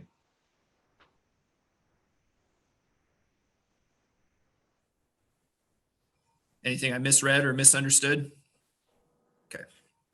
I think you're good there. We can all chew on it a little bit more. I believe you have actual more content here for Return to Learn to present, if I'm not mistaken. Yes, lucky you guys, right? Let's go ahead and move on to that and let everybody kind of digest what we all just discussed for a while. Sure. So a couple big things that we wanted to touch on tonight. One involves the new quarantine guidance from the CDC around a 7-day versus a 14-day quarantine opportunity. Probably shouldn't call it an opportunity versus a quarantine period that people would have to undertake. And so Kate and Chase are going to talk about our health and safety team's recommendation that came out of there with that new guidance. And then also we have some information for you guys around mental health. We've kind of, Sean's done a nice job articulating this. We spent a long time on the health and safety aspect, our biggest concern around this. And then we moved into a really healthy conversation one evening around the learning portion and have come back with some data points around this. And then we also have this mental health and social emotional behavior mental health component that was a part of our planning work from the time of COVID's onset through the summer and into this school year. And so we wanted to provide you some information around that this evening as well. So maybe first, if Chase and Kate could start with the quarantine component, that one's a little shorter, and then we can move into the mental health portion of the presentation for that. Sure. Good evening. Nice to see everyone again. I will keep this brief, and Kate is available to answer any questions. But really, I'll just cut right to it. And the CDC over the last couple of weeks has put out some alternatives to potentially shorten the quarantine period to 7 days or 10 days in certain circumstances. after looking at that, talking with our colleagues from Johnson County Public Health and convening the Health and Safety Committee, we've decided we'd like to stay, or not like, we are going to stay with the CDC's original recommendation, which they refer to as the gold standard of the 14-day quarantine period for individuals that are exposed to positive COVID-19 cases and considered close contact. Again, there are some additional details that Kate can share if the board is interested in hearing those from the discussion that the Health and Safety Committee had. But coming out of that, after we looked at it, that is the recommendation. And part of a driving factor behind that is some of the things that the CDC and local health authorities have said you need to do if you're going to shorten those windows are things that we don't reasonably believe that we can implement in every single circumstance. And if we can't implement those additional protocols with fidelity, we believe that we want to err on the side of health and safety and remain with the 14-day quarantine period. Kate, anything you'd like to add before we open it up to questions? No, I think you did a nice job with that overview. And thanks again to all our Health and Safety Committee members that might be watching for their efforts. We continue to pull them together on short notice because we don't always know when the CDC is going to come out with something. So they've been really great about giving their time from their other jobs in the community and or their work here in the district and coming together to give us some quick guidance.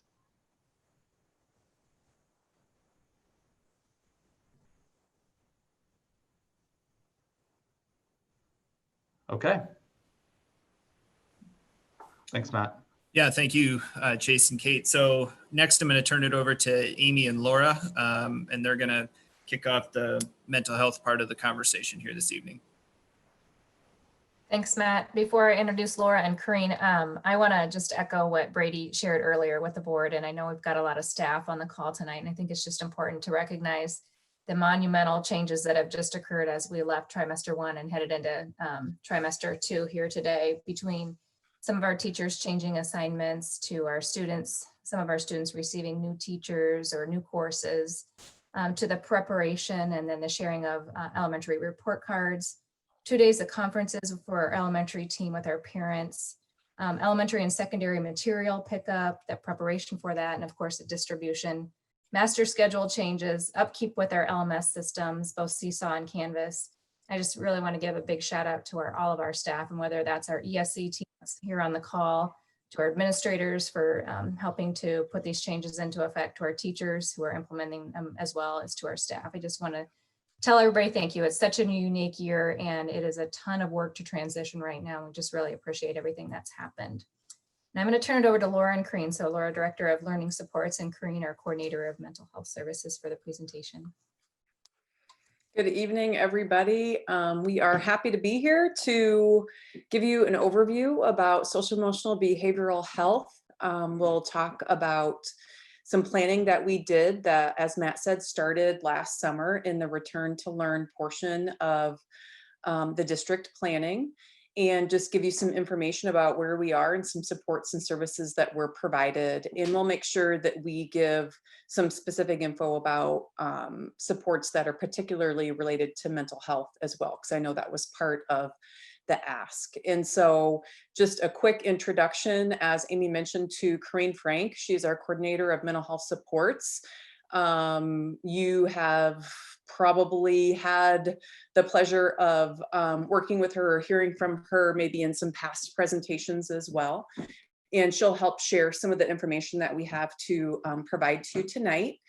And then also I want to give a shout out to some of our other team members and learning supports, that all of our social emotional behavioral health, all of our efforts that of the things that we're implementing are not just, you know, through Corrine and I. We also have great team members with Allison Freitag, our PBIS facilitator, Lindsay Schluckabeer, she's our counseling coordinator and has some other roles within the district as well, Christy Miller, a behavior strategist, and a lot of other coordinators in our department. And the work of SCBH is really all of us. It's me, it's you all on the screen, it's everybody in the district. And so we certainly hope that we are doing a good job of leading and guiding it. It's just that, as you'll hear throughout tonight, it's really everyone's responsibility and on us to continue to elevate and leverage the importance of social emotional behavioral health.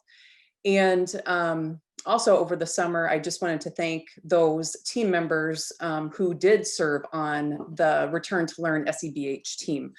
There were many teachers, administrators, counselors, SFAs, just different people that from different positions that really kind of volunteered their time to serve on that committee and met pretty regularly over the summer and provided some really great input.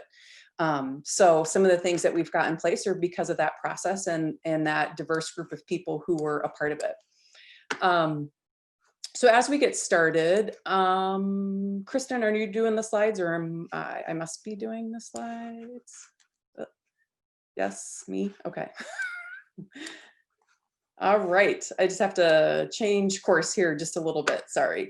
And so, let me pull it up.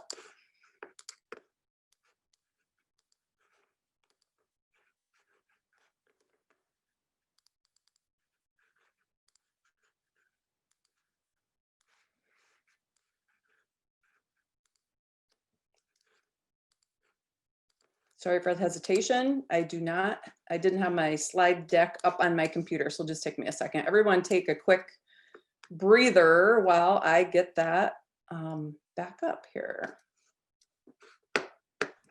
Laura, I can share it. Do you have it right there? Yep. I had my notes up, but I didn't have the actual screen up, sorry. Thanks, Kim. Yep.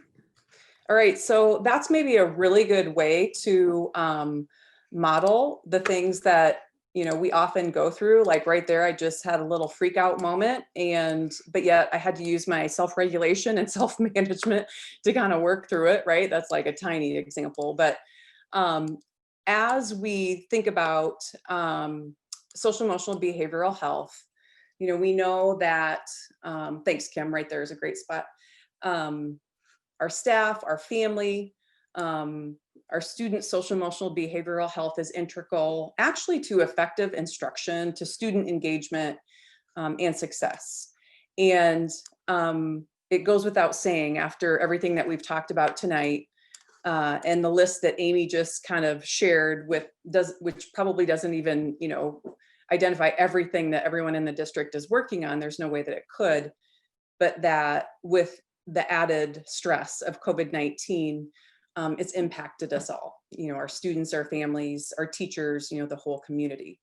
And so tonight, when we talk about social emotional behavioral health and the resources and support, we'll give just a little bit of reminders of some of just the basic background and structures about the multi-tiered system of supports that we still have to very heavily implement and rely on to be effective, and also for PBIS. But what I want you to kind of listen for, it's okay, you could, what I want you to kind of listen for is the importance of the universal implementation of supports. It isn't just about targeted, right there's great, Kim, thank you, sorry, targeted interventions. It is also about the importance of providing a universal core that is really about helping provide just some solid classroom management practices, you know, whether we're talking about having an effective continuum of response for behaviors that are unexpected, teaching those expectations. You were referencing earlier in the meeting tonight the importance of, you know, Liberty being the first high school in our district to implement PBIS, and that bolts language, belonging, ownership, leadership, teamwork, and safety. That's all connected to that social emotional behavioral health. And connectedness and engagement is more important than ever.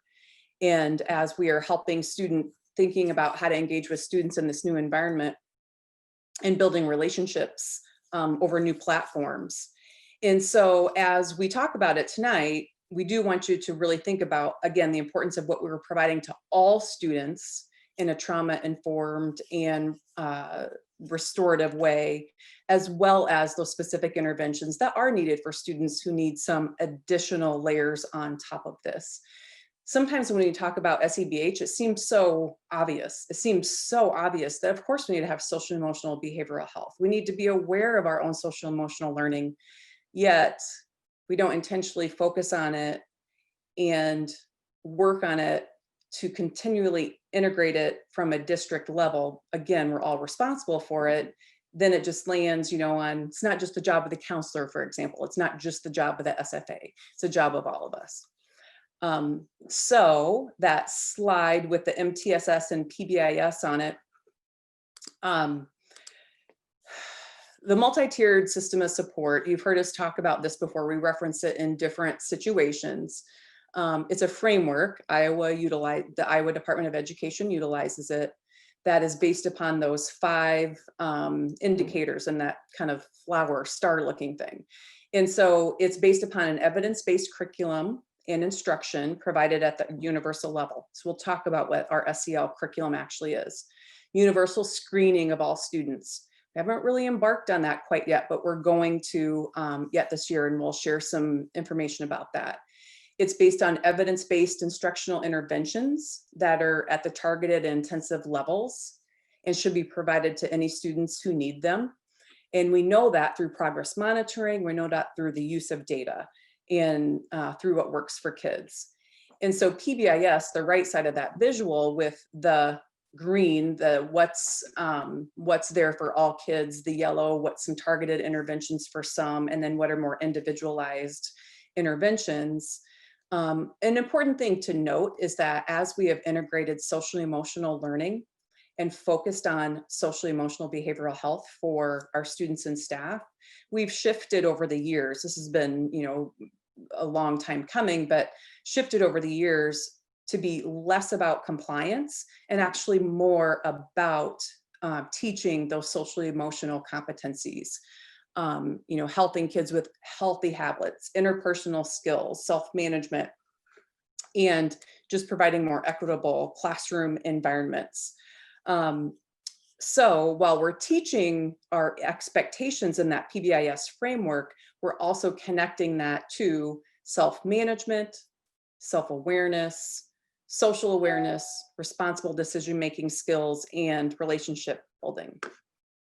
So the universal SEL curriculum for all students. So as we dive into, so what is our curriculum? As we talked about, one of those key pieces of the MTSS system is having that universal curriculum for all students, just like we have a universal academic curriculum in the different content areas. So we knew this before the pandemic. We actually had been working on this prior to last, March-ish, that we knew that we needed to integrate some more deliberate and intentional supports at the junior high level for social emotional learning, and that we needed to develop something for the high school level as well. At the elementary level, we have had our second step curriculum in place for years. Those are weekly lessons that have been taught by the counselor. They don't have to be taught by the counselor, but that's just the way we've done it for the last several years. So we knew that we needed to add at the elementary level another layer of support. So many of our buildings had begun to implement that morning meeting structure, which is considered a welcoming activity, providing an inclusive environment at the beginning of your day to welcome, include everyone, kind of set the tone for the rest of the day. So that's what the morning meetings were. Again, some of the schools had piloted that, had started that, and our focus this year then was to have all elementaries working on implementing that morning meeting structure, not just because of the pandemic, we were working on implementing that anyway, and also continuing those second step lessons. So there's a scope and sequence, just like there is for content areas, there's a scope and sequence for elementary to learn those social emotional learning competencies through those lessons, and then also to have integrated during those morning meetings. At the junior high level, then to seek alignment in your curricular implementation, we adopted also the second step, that's just the name of the curriculum, junior high lessons as well. And those happen to be all digital, teachers have what's called like a digital dashboard where they have the scope and sequence of the lessons laid out for them throughout the course of the year, as well as additional resources. So if they want to, hone in on a particular topic or area, there's other lessons, videos, activities just right there at their fingertips that they can focus on. And then Karina is going to share a couple of the areas for implementation at the high school that she's been integral in developing and leading and guiding when we talk about Mentors in Violence Prevention and Atlas. Thanks, Laura. Hi, everybody. So I'm excited to share. You'll see the new on there, right? It's exciting to finally have us moving a little bit further in the direction of having some universal social emotional curriculum provided to all. And I'll just highlight in particular during the pandemic, we're all really worried about lots of kids, right? And you can't intervene with every kid in the building. So having a universal aspect to the work that we're doing is especially critical right now, and is why we've started to really target some of our work around that. So for high school this year, we're working on rolling out 2 different pieces. The first one is Mentors Through Violence Prevention, or MVP. We started that work last year, almost a year ago, or a little more than a year ago, to get it going. So it is a student-led bystander education program. It involves juniors and seniors being student mentor leaders and teaching and supporting our 9th grade students when they come in through a number of lessons around how to be an active bystander, with a lot of different opportunities for how to intervene. The basis for the curriculum itself is really to empower students to take an active role in promoting a positive school climate. We've had really amazing turnout from our upperclassmen who want to be a part of this program and want to be mentors. Most of the high schools have so we're doing it at Liberty, West, and City. And each of those high schools have between 50 to 80 juniors and seniors who have voluntarily stepped up, not knowing almost anything about what this is, and said, yes, this is important to me. I want to be a part of this. It has been progress, I would say, is slow, but it is steady. It's unwavering. Next week, we have our first district-wide opportunity for our student mentors to come together and all talk about their why. Why did they decide this is something that they want to be a part of? For MVP, I just need to take the time to say I really appreciate the way the high schools have approached this with us. They've been eager to participate. We have some really great leaders at each of the buildings stepping forward and working alongside each other to promote a really universal effort that this is happening. It's been an amazing opportunity and something that's been really great to be a part of so far. And I can't even imagine how remarkable it will be once we have the kids in the building doing the leading and guiding. So stay tuned. I'm sure we'll have some updates to come on that, but it's been a really exciting journey so far. Atlas for Schools is something we came upon this fall as an opportunity to connect kids to some other resources. It's a wellness-based journaling and podcast app that's designed specifically for high school students. So it's been designed and is based on a platform students are likely to engage in, and uses that platform to share evidence-based practice in short bursts through various podcasts. It will be rolled out after the first of the year with our high school students. It'll be optional, obviously, because they're downloading some of that content onto a device. But we're going to set it up for students to use because we know it has good content, and will be able to be available as like an independent study and a way to have kids accessing information that we know is providing good guidance to them.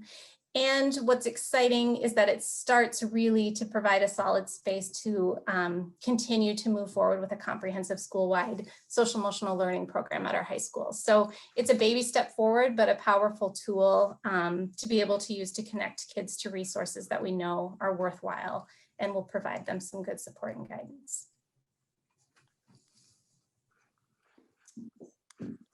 So as we continue to implement the social emotional learning curriculum, just those quick overviews that we provided, and we embark on this journey that Laura Gray, through her expertise and leadership, that we are all benefiting and learning from, related to cultural proficiency, and then eventually learning more about being culturally responsive teachers and educators in the district, connecting those two pieces is really important. It's something that we've just started to work on and be more intentional about understanding, being aware of your own social emotional learning and your competencies and where you fall on any given day.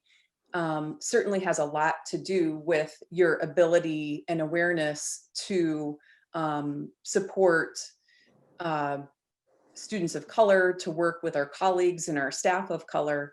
And so we know that our brains are wired for connection. And as we look to make all of those connections, we want to make our classrooms and our learning environments safe and inclusive spaces.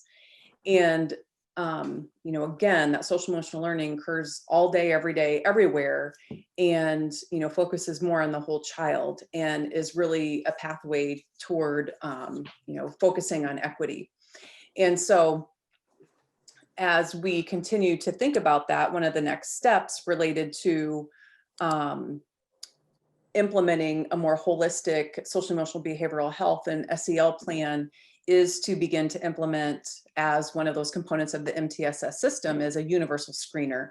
And Karina is going to explain some work that she and some others on our team have done and are ready to develop and implement a screener yet this year. So you see the new again in asterisks there. So we've been at the elementary level piloting the MySabers screener over the last 2 years in a couple of different capacities.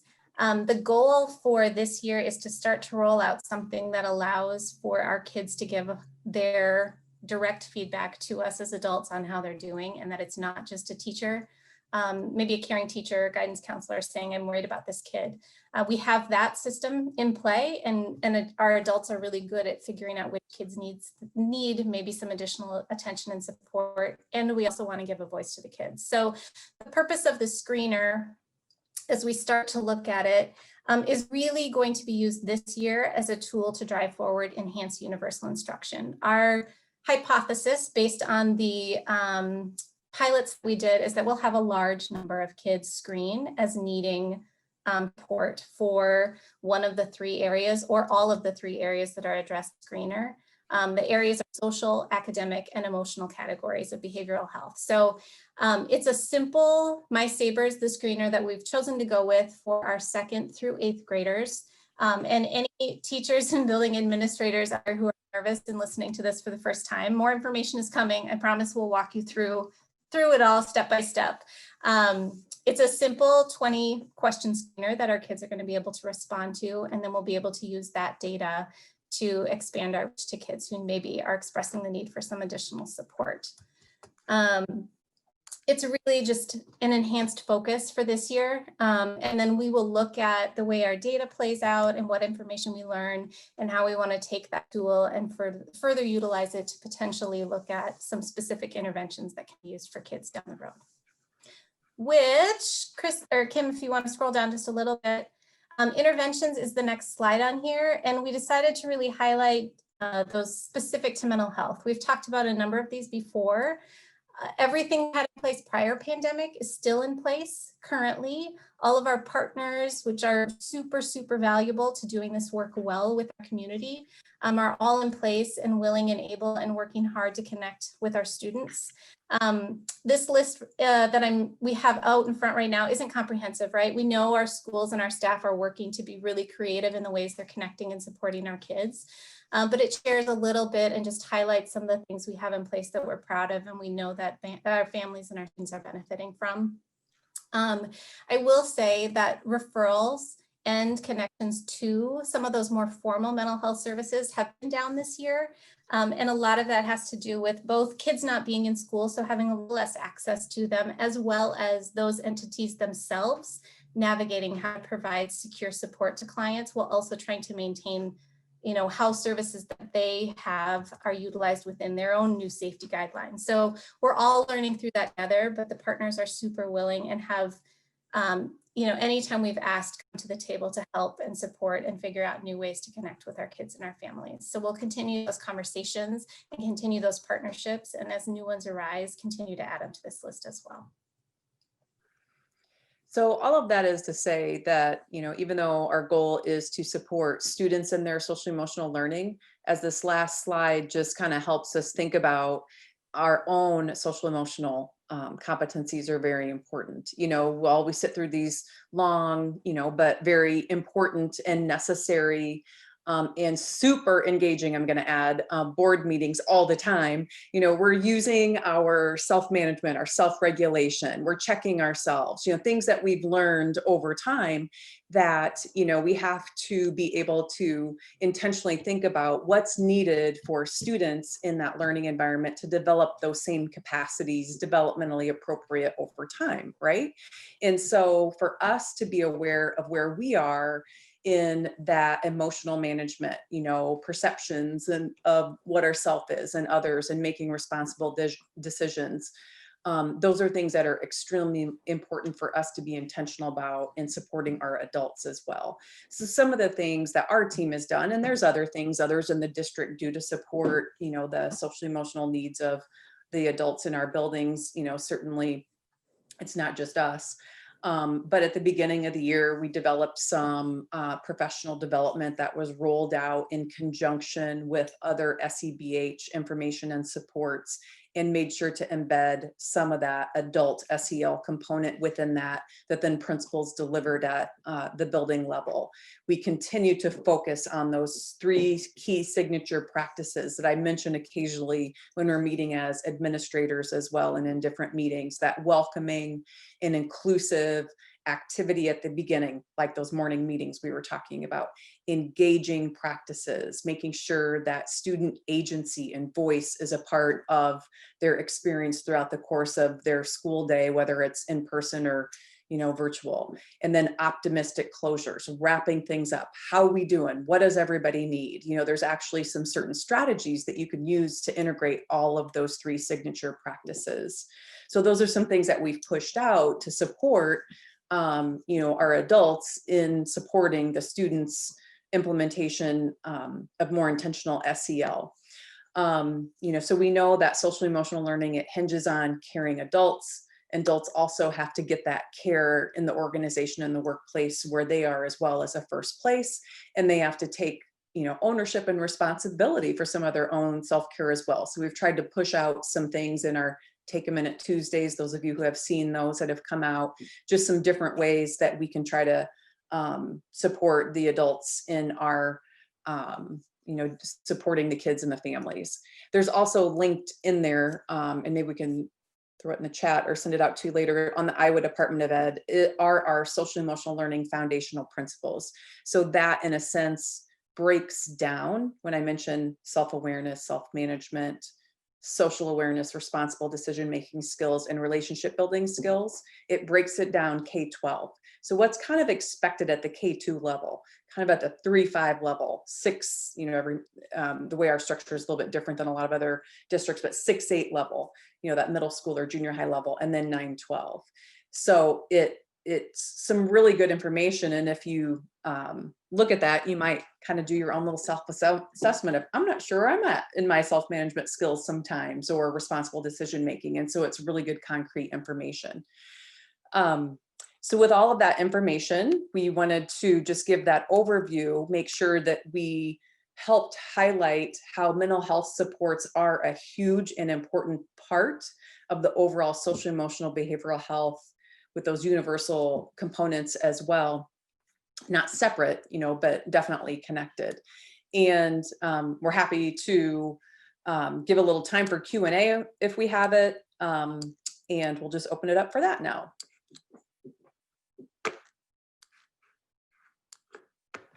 Thank you, Laura, to you and your team for all the wonderful work that you're doing. I don't know if I missed this, but I was wondering, for the screeners, is it required for all the students or not? I know you said that you guys have, I guess, I don't know what that's called, a survey or screeners for the students to gauge where they are at. And so I'm just wondering if it's required for all the students or is voluntary. It's something that we would roll out as a universal screener, the same way that we do our reading and math screeners. they're provided to all students so that we have the opportunity to gather that important screening information. It's not diagnostic. It does not go deep into asking specific questions. If there were any situations that their,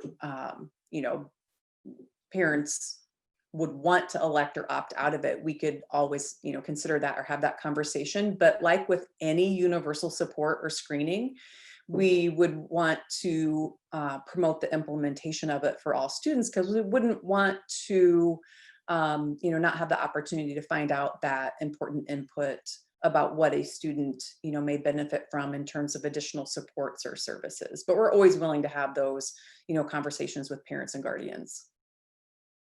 I appreciate it. Thank you. So Laura, this is Charlie Eastham.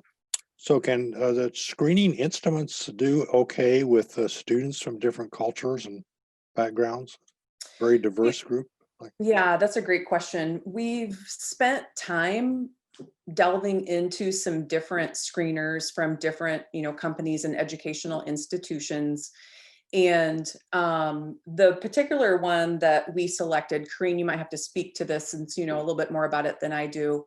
It can, I believe, be translated in a couple languages, but we also, these are questions that have been vetted through those educational organizations and institutions and implemented in probably districts that are even more diverse than ours, and in larger school districts as well. So they've been used in a lot of other national, much larger districts.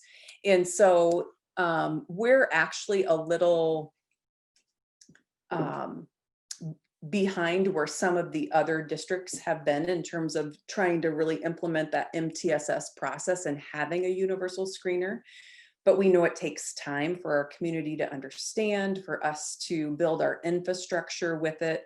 And that's why we aren't just rolling it out quickly. And even with, this COVID-19 format and platform this year that we've been in, that's kind of why we keep pushing it back a little bit, just to make sure that we are fully ready for that. So that's a great question, but the validity and reliability of that aspect, we've really relied on researching it. And that's why we've landed on, there's a number of screeners out there, but that's why we've landed on this particular one, as well as it's embedded within, it's connected to FastBridge, which is the reading and math screener that we're also utilizing and implementing. Charlie, I'm going to say, so my question behind, or the question behind my question was sort of brought up by Charlie. I know that, well, in certain communities or with some of the diverse groups, mental health is not always rarely talked about. And so I asked that because how else do we, I know that you have other tools where you can reach other students, but if students are not exactly open about, what they put on or how they answer the screeners, then I was just worried that they might not be reached. But also from your presentation, I know that there are other tools that you're using to reach out to those students. So yeah. And some of the questions too, keeping in mind that the screener is a social academic screener. It isn't only focused on asking direct mental health questions. It's also about engagement.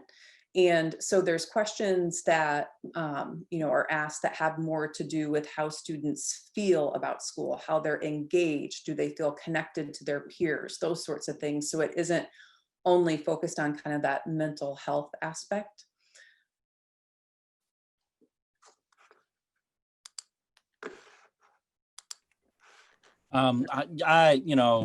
You guys who know me know I love this stuff. This is what I teach every day. And so I'm really excited to see not only, where we're moving with this, that MVP program. I'm very excited to hear how that's going to go. And I really appreciate that we included the cultural responsiveness. I think a lot of times we jump to doing SEL and we do it in the same kind of tired way we teach other things that are not culturally responsive, and we end up doing more harm than good. So that's really exciting for me to see, kind of on this screener piece. I appreciate that it's connected and that it sounds like it should be pretty easy to implement. I always worry, you know, when we start to get into asking these types of questions, just even more concerned about data and students' privacy and making sure that we're protecting that. And like Jerome brought up, again, being culturally responsive in the way we might respond, you know, to different families and communities. And knowing also that oftentimes, you know, we do the best we can, but we miss stuff. And sometimes we miss the really serious stuff and they get through our hands and we've had too many examples of that, you know, even in just this past year. So, so I'm really optimistic and excited about this. I just want to, you know, always caution that we're protecting that data, being culturally responsive and really just want to see where this goes. But thank you very much. Yeah, I appreciate those comments, JP. That's or Director Clausen. That's absolutely, yeah.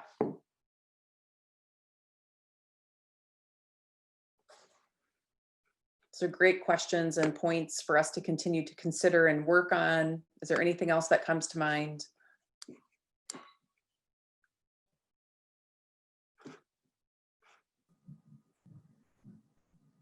All right. Thanks for the presentation. I really appreciate it. Oh, now that I'm not sharing, I can actually see everybody's face to see if it looks like anybody wants to jump in. So I'll give it another second. It looks like Ruthina does. Yeah, not about the presentation. And I don't, had another question for Matt regarding return to learn. So is that okay to ask it now? And Matt and team, I should say. Matt, I know that during our one-on-one talks this last couple of weeks, I shared with you some concerns from various community members regarding a large number of our students failing this last try. And I know your team shared with us midterm grades. I was just wondering when we would hear information about how this try ended for our students and what that data looked like regarding failing grades from midterm to the end of the try. Sure. So obviously we're hopeful that we made some big strides and improvements by the time we got to the end of the try. But we can come back with that data at our first January meeting. The next time we have to get together, we just ended the try here the other day. And so, but we'd be happy to come back with some of those markers. And that's something we pay attention to closely. We know that teams have been working super hard on that effort and just dealing with the environment we're in, right? That's a little bit different. And we know we don't always get it right when we have them in front of us every day. And so in this scenario, we know that's been more difficult, but I think the silver lining in some of that is we've been able to move some of those best practice conversations forward sooner, as you guys heard the time we had some of the principals on the call. So we can come back with that at the next meeting, Ruthina, and look at what some of that trimester data looked like for us. Thank you. Yep. I'll just add to, you know, the presentation that we just had that just yesterday at the NEST's weekly meeting, they did talk about wondering if there was any sort of like mental health screeners that can be out there for students. So it was brought up in a different conversation just yesterday. So I think it was kind of a nice benefit that we had this conversation tonight. So thank you for that. You bet. That's all we had return to learn wise, Sean. So unless there's other questions or other information the board would like to hear, that was it for our item tonight. All right, I throw it back out there to directors. Any questions specific to the presentation or outside it in terms of return to learn that we want to cover before we move on? All right, let's move on then. Next up is a discussion on our secondary transfers. And I think this is not, here's a proposal and let's hash out the proposal. It's more like, what do directors want to see in whatever policy we're going to come up with. I'm going to say, I'm not going to give you a whole lot of direction here, but I'm going to give you the same kind of thing I said back when we looked at the elementary, is that we need to, or I feel you're most successful when you write the rule to be the rule you want it to be, and then figure out the exceptions instead of writing the exceptions into the rule. And to that end, I think we need to start from the point where we are saying secondary transfers are closed or they're open, and then figure out if you want to adjust it from there. But that's the basic rule, right? Because that's what we did with elementary. We started from the concept that elementary transfers are closed, and then figured out what kind of exceptions made sense for that. So I think that's the question that should probably be answered first. This is my opinion, not really the platform here, but I think that's where we should start from. And then, directors would weigh in on whatever other thing, if there were going to be exceptions or if they feel one way or the other. I think that's the conversation to have tonight. But I don't know if, Matt, you had something you wanted to kind of lead in with also. I just wanted to put that spin on it a little bit. No, I think you did a nice job of outlining kind of where we're at.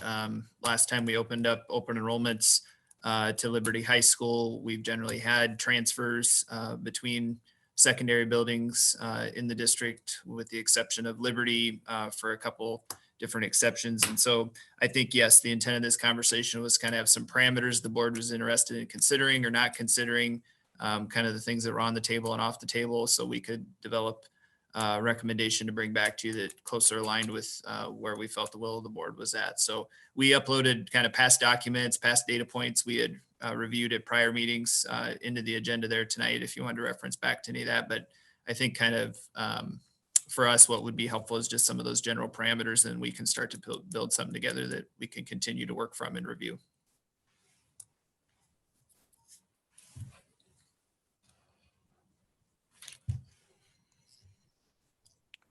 So following your suggestion, Sean, I guess my thinking would be right now that I'd like transfers to be closed. I think that's what you said. How you started the elementary discussion. And then the exceptions would I would be interested in transfers that do not change or materially affect socioeconomic status balances, and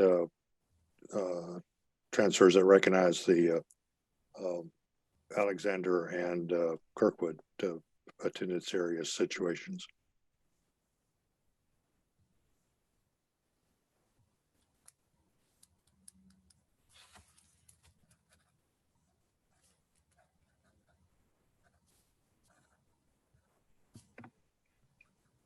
I would say I share a similar view with Charlie. I would want the transfers to be closed for all secondary until we develop a comprehensive policy, as was done for the elementary, and come up with exceptions. I don't like the wait and see, because I think that we should be able to plan for it ahead in case something comes up, something new comes up that we don't have an answer to. We'll figure it out. But I think that it's important that we come up with a policy, a comprehensive one, as we did for the elementary.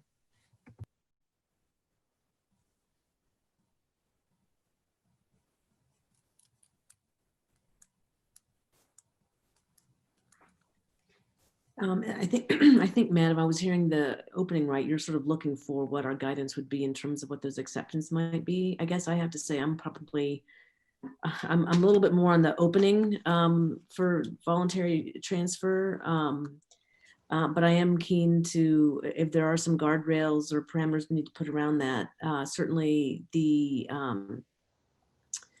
demographic balance is something that is top of mind. I mentioned at the last board meeting, but I'm also a little persuaded by some of the data I've seen from the transfer from other schools. We're not seeing a high degree of transfer. And so it's hard for me I feel like I'm just going to say it out loud. I feel like we're sort of micromanaging this a little bit with a lot of unknowns. And so I guess I am concerned about the demographic balance for sure. That is a high priority for me, and I think for the board that's done a lot of good work on the elementary side. But I do feel that we're out of balance by not offering a voluntary transfer to Liberty. And so I just would need to understand if there are guardrails that we would put in place, what might those be? But I think if I had to put my voice out right now, I'd be more in favor of opening, but with, you know, certain, again, guardrails, considerations in place to maintain and ensure that we have a demographic balance that's meeting with the diversity goals and the equity goals that we have for the district.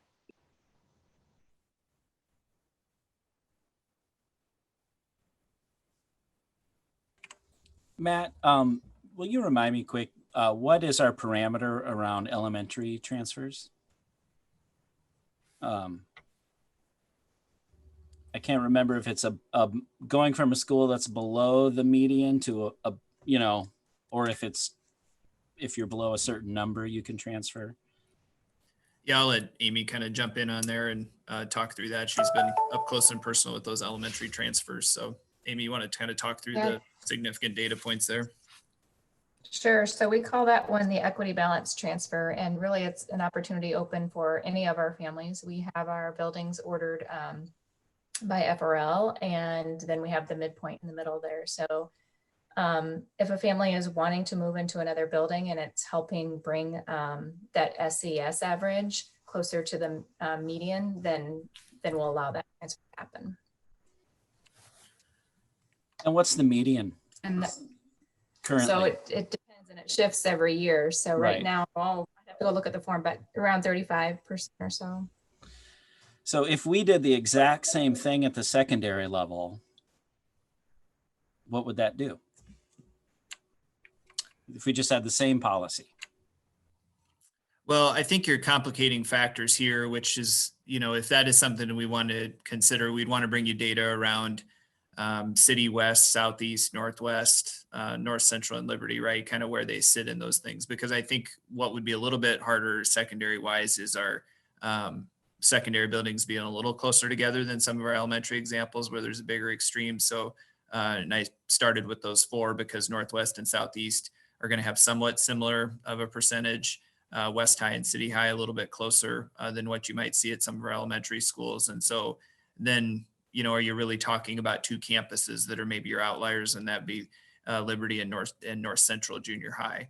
And then we've already kind of talked through an exception that we probably already want to allow out of North Central Junior High that works in the opposite direction of what we're talking about here around any kind of a balance issue that we know Kirkwood's demographic and they're open enrolling, they're transferring out of North Central into Northwest.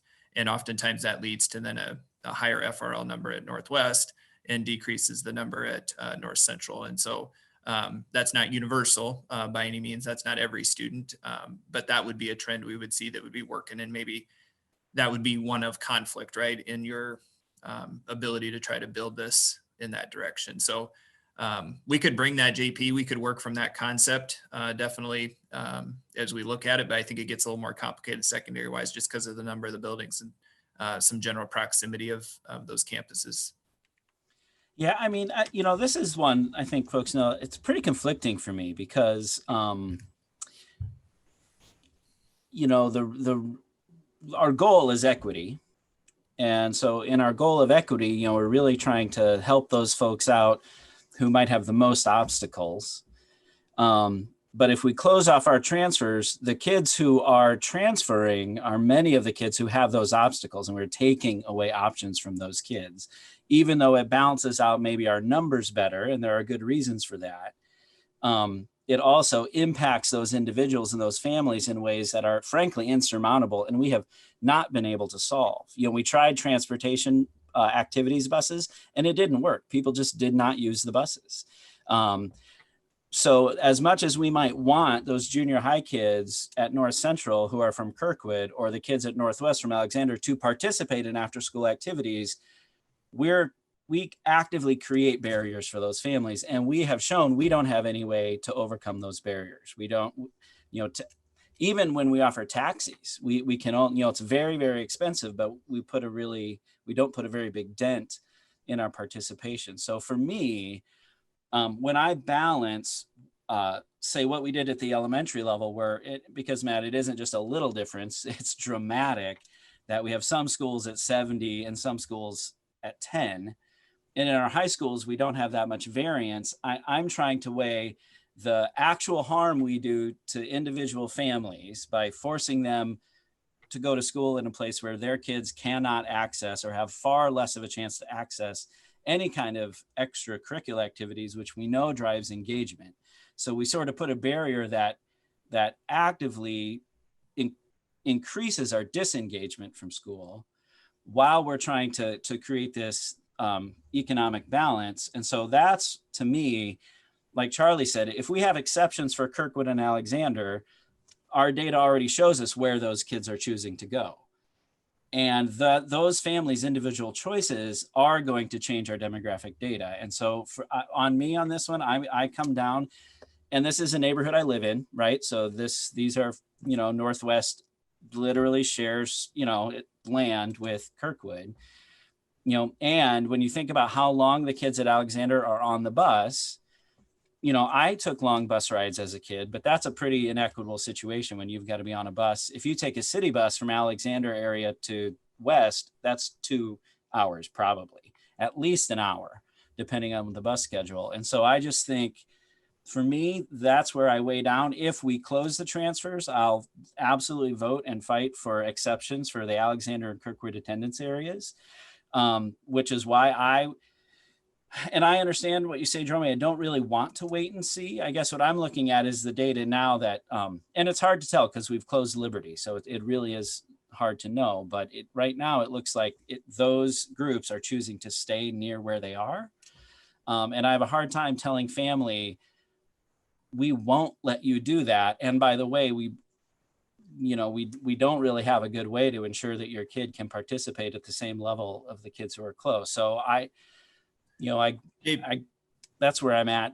So maybe that's not very coherent, but that's where my thinking is. I guess I was going to just jump in. I think that makes perfect sense. And I think we have a lot of alignment on that. I mean, I haven't heard from you guys as we've had this conversation, there is any momentum to do anything different with Kirkwood or Alexander, that we feel like that choice needs to be given to them.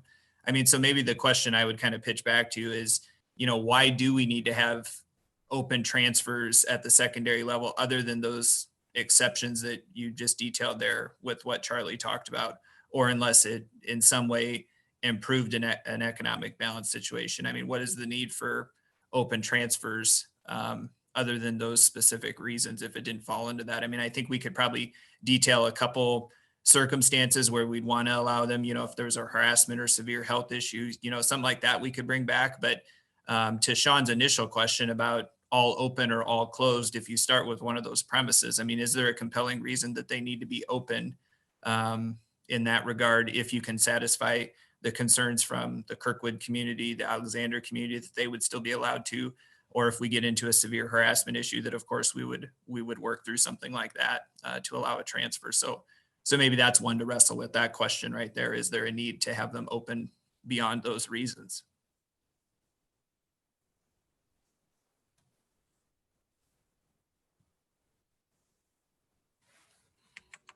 I haven't heard that argument. And I'll be honest, there hasn't been very much community engagement. I mean, maybe you guys are getting more emails, but on either side of it, I mean, I can probably count on one hand, certainly two, how much engagement there's been on this. So it's not, I haven't heard a lot about people really one way or the other.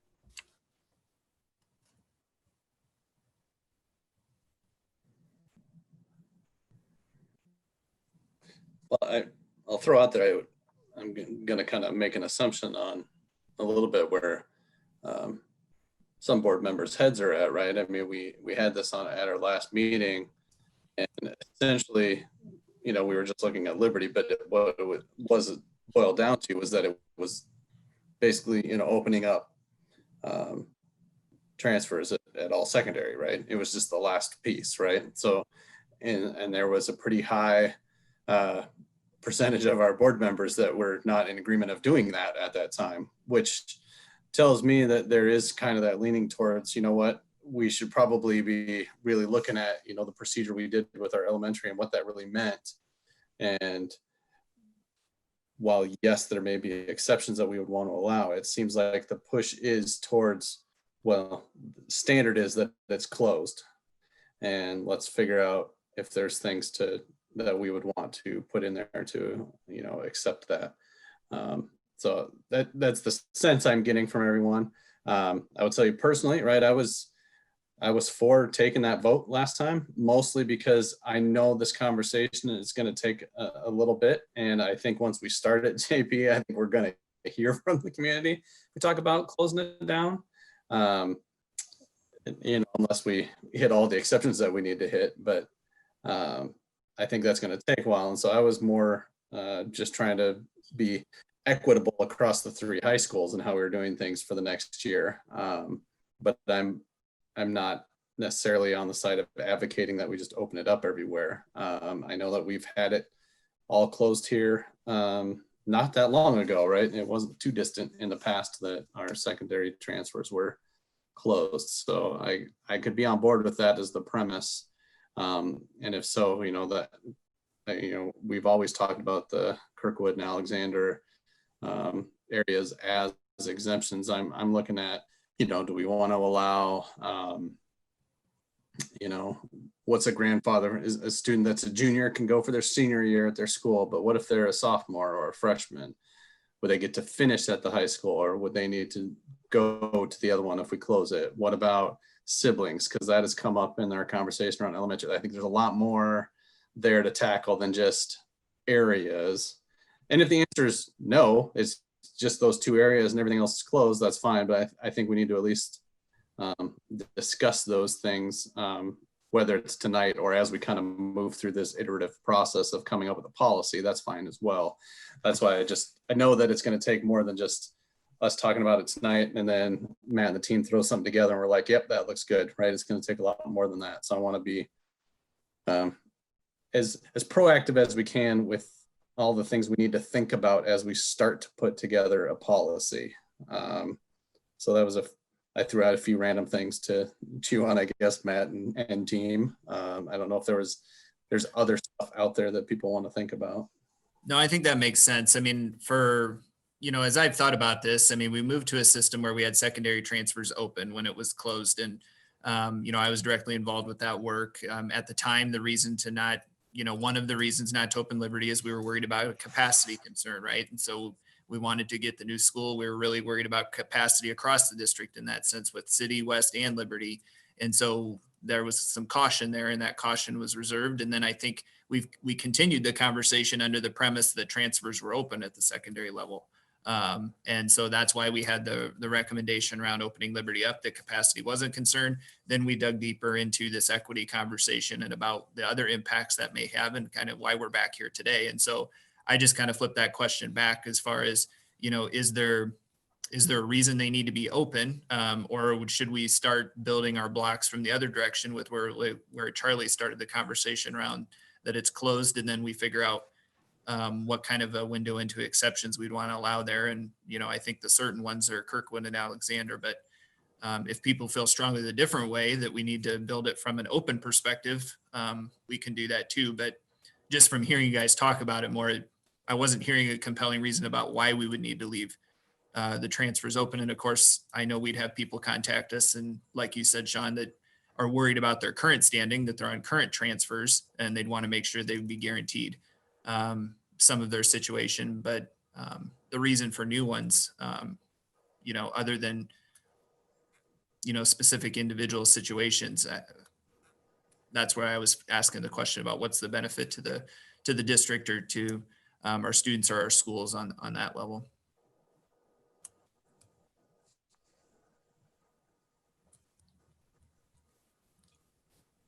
See if any other directors would like to weigh in on that, or Matt, do you feel like you have enough direction to kind of take some next steps, start putting something together? Yeah, I mean, unless what I'm saying there people are disagreeing with is, I guess we would start building it from a closed perspective and then start looking at what exceptions we would need to allow for transfers to happen. And so again, Kirkwood, Alexander, we can start to entertain some things around FRL if it impacts it in the direction we would like to see it. We could look at severe health. We're going to have to consider things like siblings, like you talked about, people currently under transfers. But if we can start with the agreement that we're operating from a closed standard and then build in those other things, yeah, we have enough to go on to work that way. Well, I saw, Sean, if I could be I so think at bold, least 4 heads were kind of nodding while you were saying. so Janet would be, am I being rude to you for suggesting this way of going about it?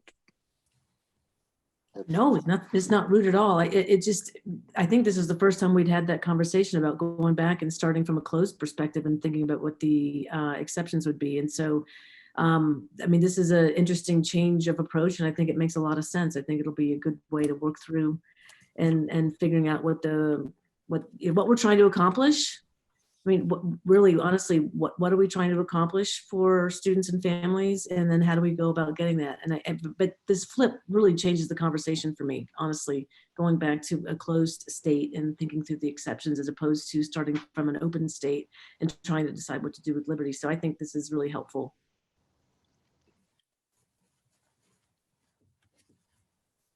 We're good, Sean. All right. And I kind of need to apologize. I'm having that same issue that a lot of our families have had, is that my internet keeps telling me it's unstable. So if I start to glitch out, you can just point and laugh at me. All right, so I think we've got direction there.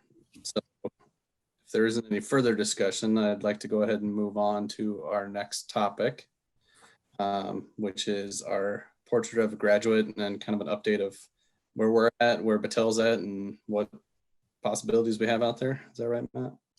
Sure. So hopefully the takeaway here tonight, after I share some of this with you guys, is to kind of determine our direction moving forward here. I think we had a good conversation the last time we discussed this about pursuing, continuing the work on Portrait of a Graduate with Battelle for Kids in a virtual format. And I was tasked with going back to talking to their team about how they're conducting those and trying to find out some additional information. So I talked to Colin Lewis, who was our facilitator the last go around with this when we kicked it off in the spring. He had said they're engaged with multiple districts conducting virtual portraits and working through that process effectively. They're using Zoom platforms, putting people into breakout rooms. He said the conversations actually been going really smooth, especially here lately. I think as people have become more accustomed to Zoom in their life as we went throughout this has become more natural for them to participate and be involved in meetings too, with some of his anecdotal feedback, just like it's done to all of us.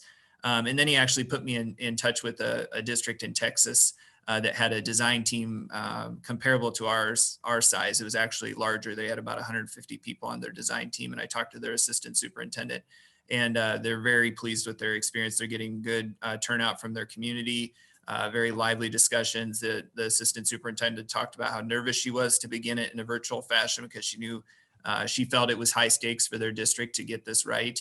And to make sure that it was well represented in the community. There was a lot of input given, and the diverse stakeholder groups were included. And she said attendance has been great. People felt like it's actually easier to attend, that their conversations have been very good, and they feel like they're going to end up with a really strong product at the end of that experience. And so I thought that was interesting to hear directly from another school engaged with that, also one that had a similar size team to ours, and that they were having a positive experience throughout that. So I think for us, I mean, as far as I've dug into it with not only Battelle, but districts experiencing it, this work is important for us to do, and is something that we need to continue to move forward on in the district. That I think really what we're seeking tonight is probably your permission to go ahead and try to schedule these dates out for the spring, the second half of the year, and to get this work kicked back off for the second half of the year. That's really promising. me. Yeah, I think it's really promising, especially the feedback you've gotten from the other districts. Thank you for reaching out like that and getting that information. Helps dramatically. I support what you're suggesting in terms of getting this going. Yeah, that sounds favorable too, Matt. I just want to mention this though. I'm sure there are a whole lot of parents in this district that are really mad at me right now or disgusted with me. So is that because of the COVID and the form of instruction we're having to offer? So are we going to, is that going to complement, or I mean, going to complicate our what we're trying to get out of the portrait work here? Are you, Charlie, I guess I'm trying to address your question. Are you saying we maybe would have a hard time getting community or stakeholders to participate just based on some general frustration with the district? Yeah, frustration and really disappointment and anger. Not the same situation we would have been in a year ago if we'd been able to go ahead with the portrait work. I'm not proposing delaying or anything. I'm just trying to have some discussion about if the reaction of the school community may be different now than it would have been at a less pandemic time. Honestly, the part I'm most concerned about with it, Charlie, about running it if I had to say a number one concern about running it the second half of the year would just be fatigue in the system around doing the discipline protocol procedure work. We have a social studies curriculum review team running. We have all of the pieces that our groups are involved in just related to COVID. And so trying to do whatever format of learning we're asking them to do, parents, doing those extra things. And so I think just the amount of things more than any kind of course, we know we have people frustrated and some people disappointed in different decisions or directions we take. But I think the overall concern will just be getting people to the table to get them focused and engaged and to participate. That's why it was encouraging to hear from another district, because we know everywhere in the country, they're going through similar things too, and that they are going to have different competing priorities as they go throughout that. But if there's a concern for us here locally about continuing the portrait work, I think it's just recognizing the amount of things we have going on and trying to be cognizant of that, about how we complete the school year and knowing we have some other projects underway. We're also going to kick off a facilities conversation here that we know is linked to this conversation as well. And so we have a lot of things we're dusting back off and getting moving. And so I think that'll be the important part for us to be careful about with our staff and our leaders and our parents and students that we ask to participate. And I think it's a very important thing. It's the most forward-looking thing that we've been able to do in some time, right? We've been very focused on the now and in a lot of cases in the past, right? For the last 8 months.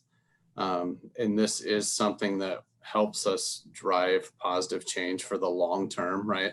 This is not going to be reality for our district for a long time, but what we want our students to achieve and accomplish and look like when they leave our district, that's a long lasting thing. And we need to figure out what that is and then how do we get there. And that's going to take time. And I don't think it's something that should be waiting. I think it's waited too long already.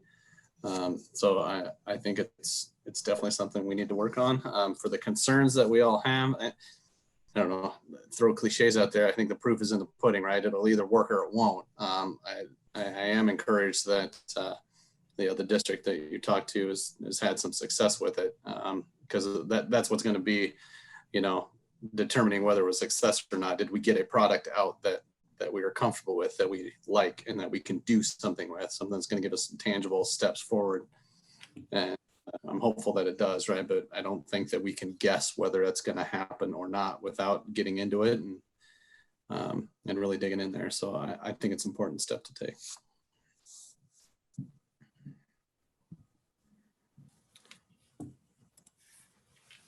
Anyone else?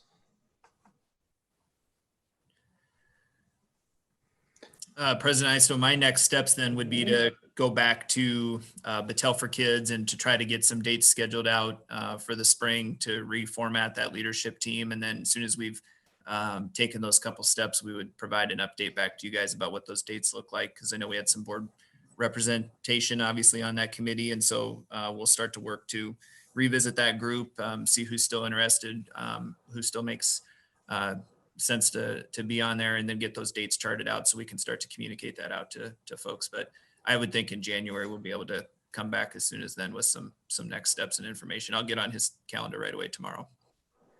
All right. That sounds good. All right. With that, we can move on. Our director liaison report. I don't know if there's any specific things out there that folks would like to mention in regards to that. A lot of stuff on there, so. The only thing I would say, just referring back to our community commenter, Paras, who is asking us to endorse this specific piece of legislation. I suppose I just ask everybody to take a look at that and see what they think. And then at some point we could have a brief discussion if we would want to. I know we've set our legislative priorities, but this would just be another thing that we could advocate for locally, if not, and then in Des Moines as well. I put a little note on here to talk about that at agenda setting to see if we want to have that discussion somewhere. We've done legislative priorities in terms of IASB and adding our voice to that, but we haven't done the work to create our cool little flyer that we've done in the past, right? That's specifically from us to the legislature. So there's still some room there, but I guess that's where I was not clear on whether or not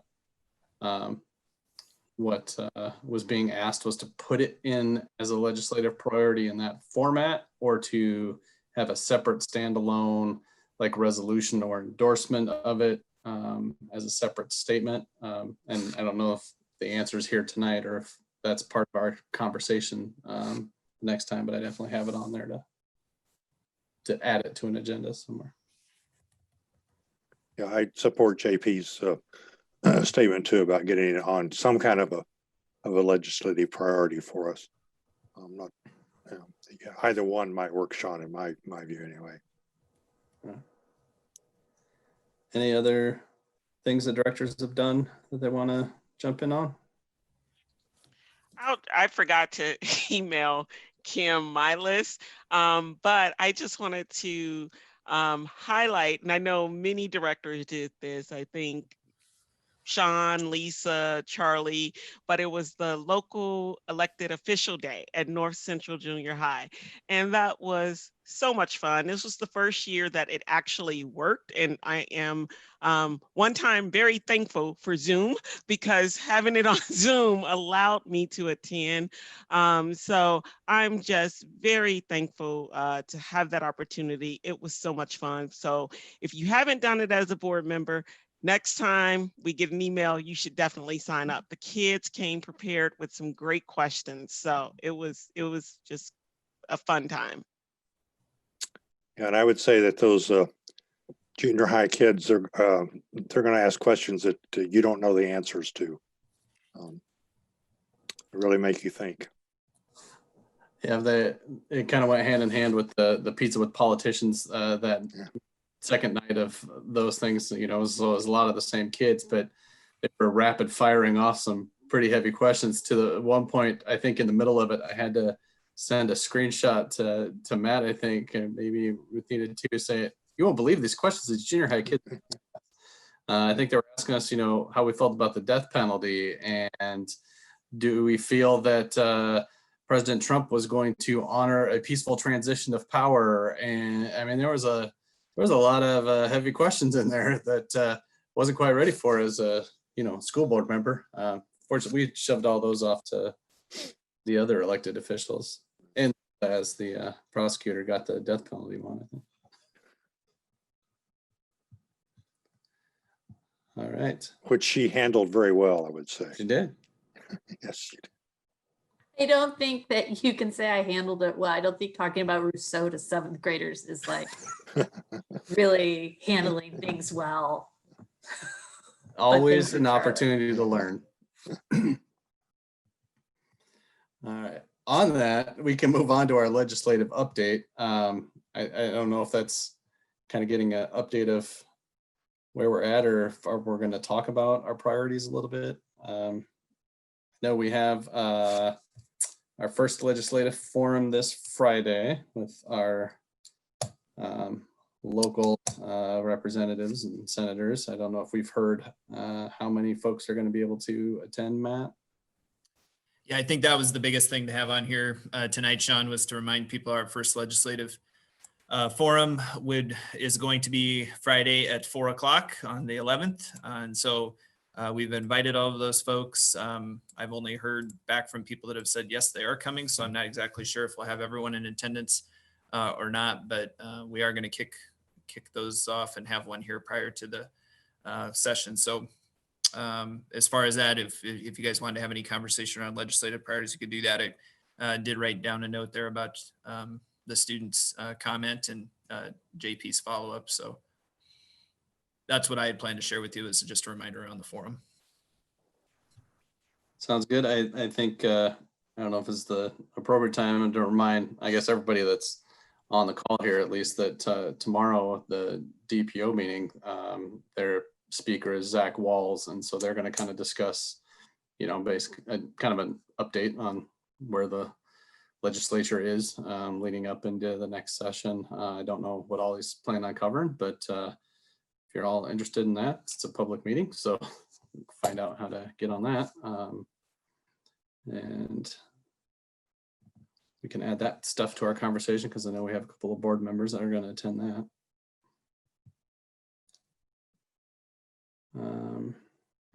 That's enough of that topic. We can move on to our agenda setting.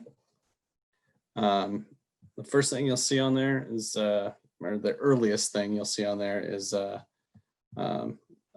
draft agenda for an operations committee. I know we had, when we've been talking about our facilities committee, that's the words we were using.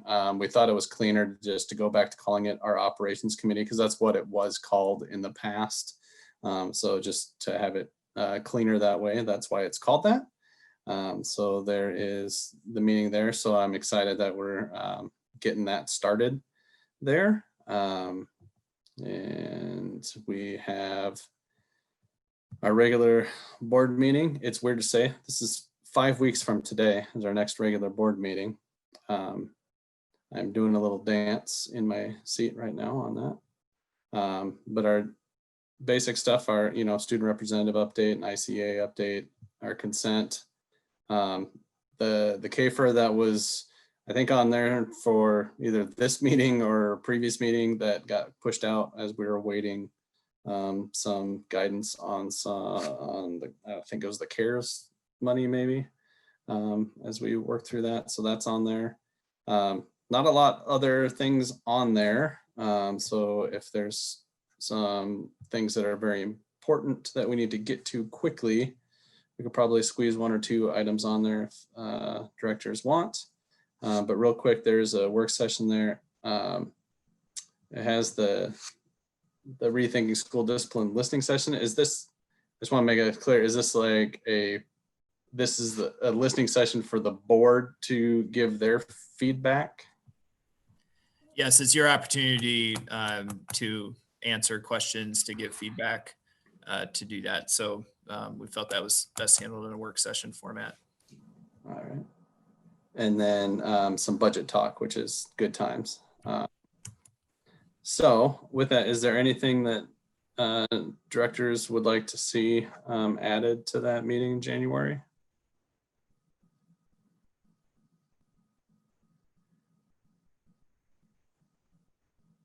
All right, I like it.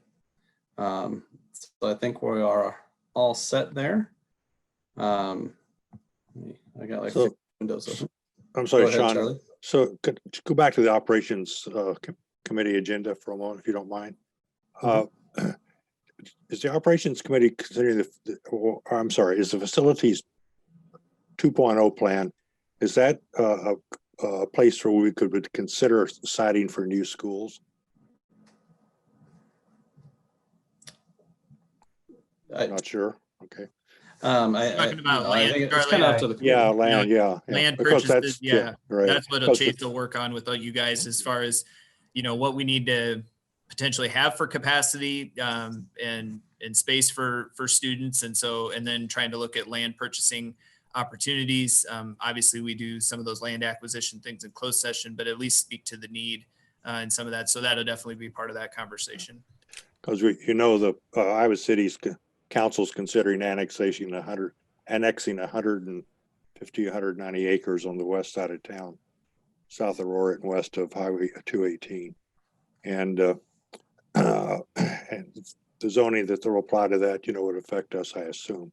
So I'm just wondering where.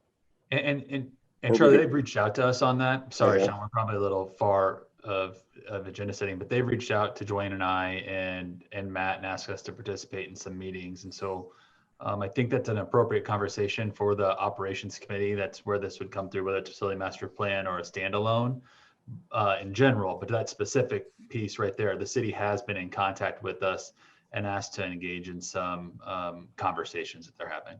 Okay. All right. Thanks very much. And I apologize if I'm goofing up here and revealing things that I'm not supposed to be revealing. So Yeah, we're gonna have to start the meeting all over. okay. No, I think that's a perfect topic to bring up in that committee meeting. Speaking of other meetings, we do have a couple of closed sessions still. So unless there's further comments on our agenda setting, I would, well, before I entertain the motion, I just remind folks that need to join the closed session. So our directors and then the handful of other people that need to join it, you'll have to leave and grab your other link to get on, okay?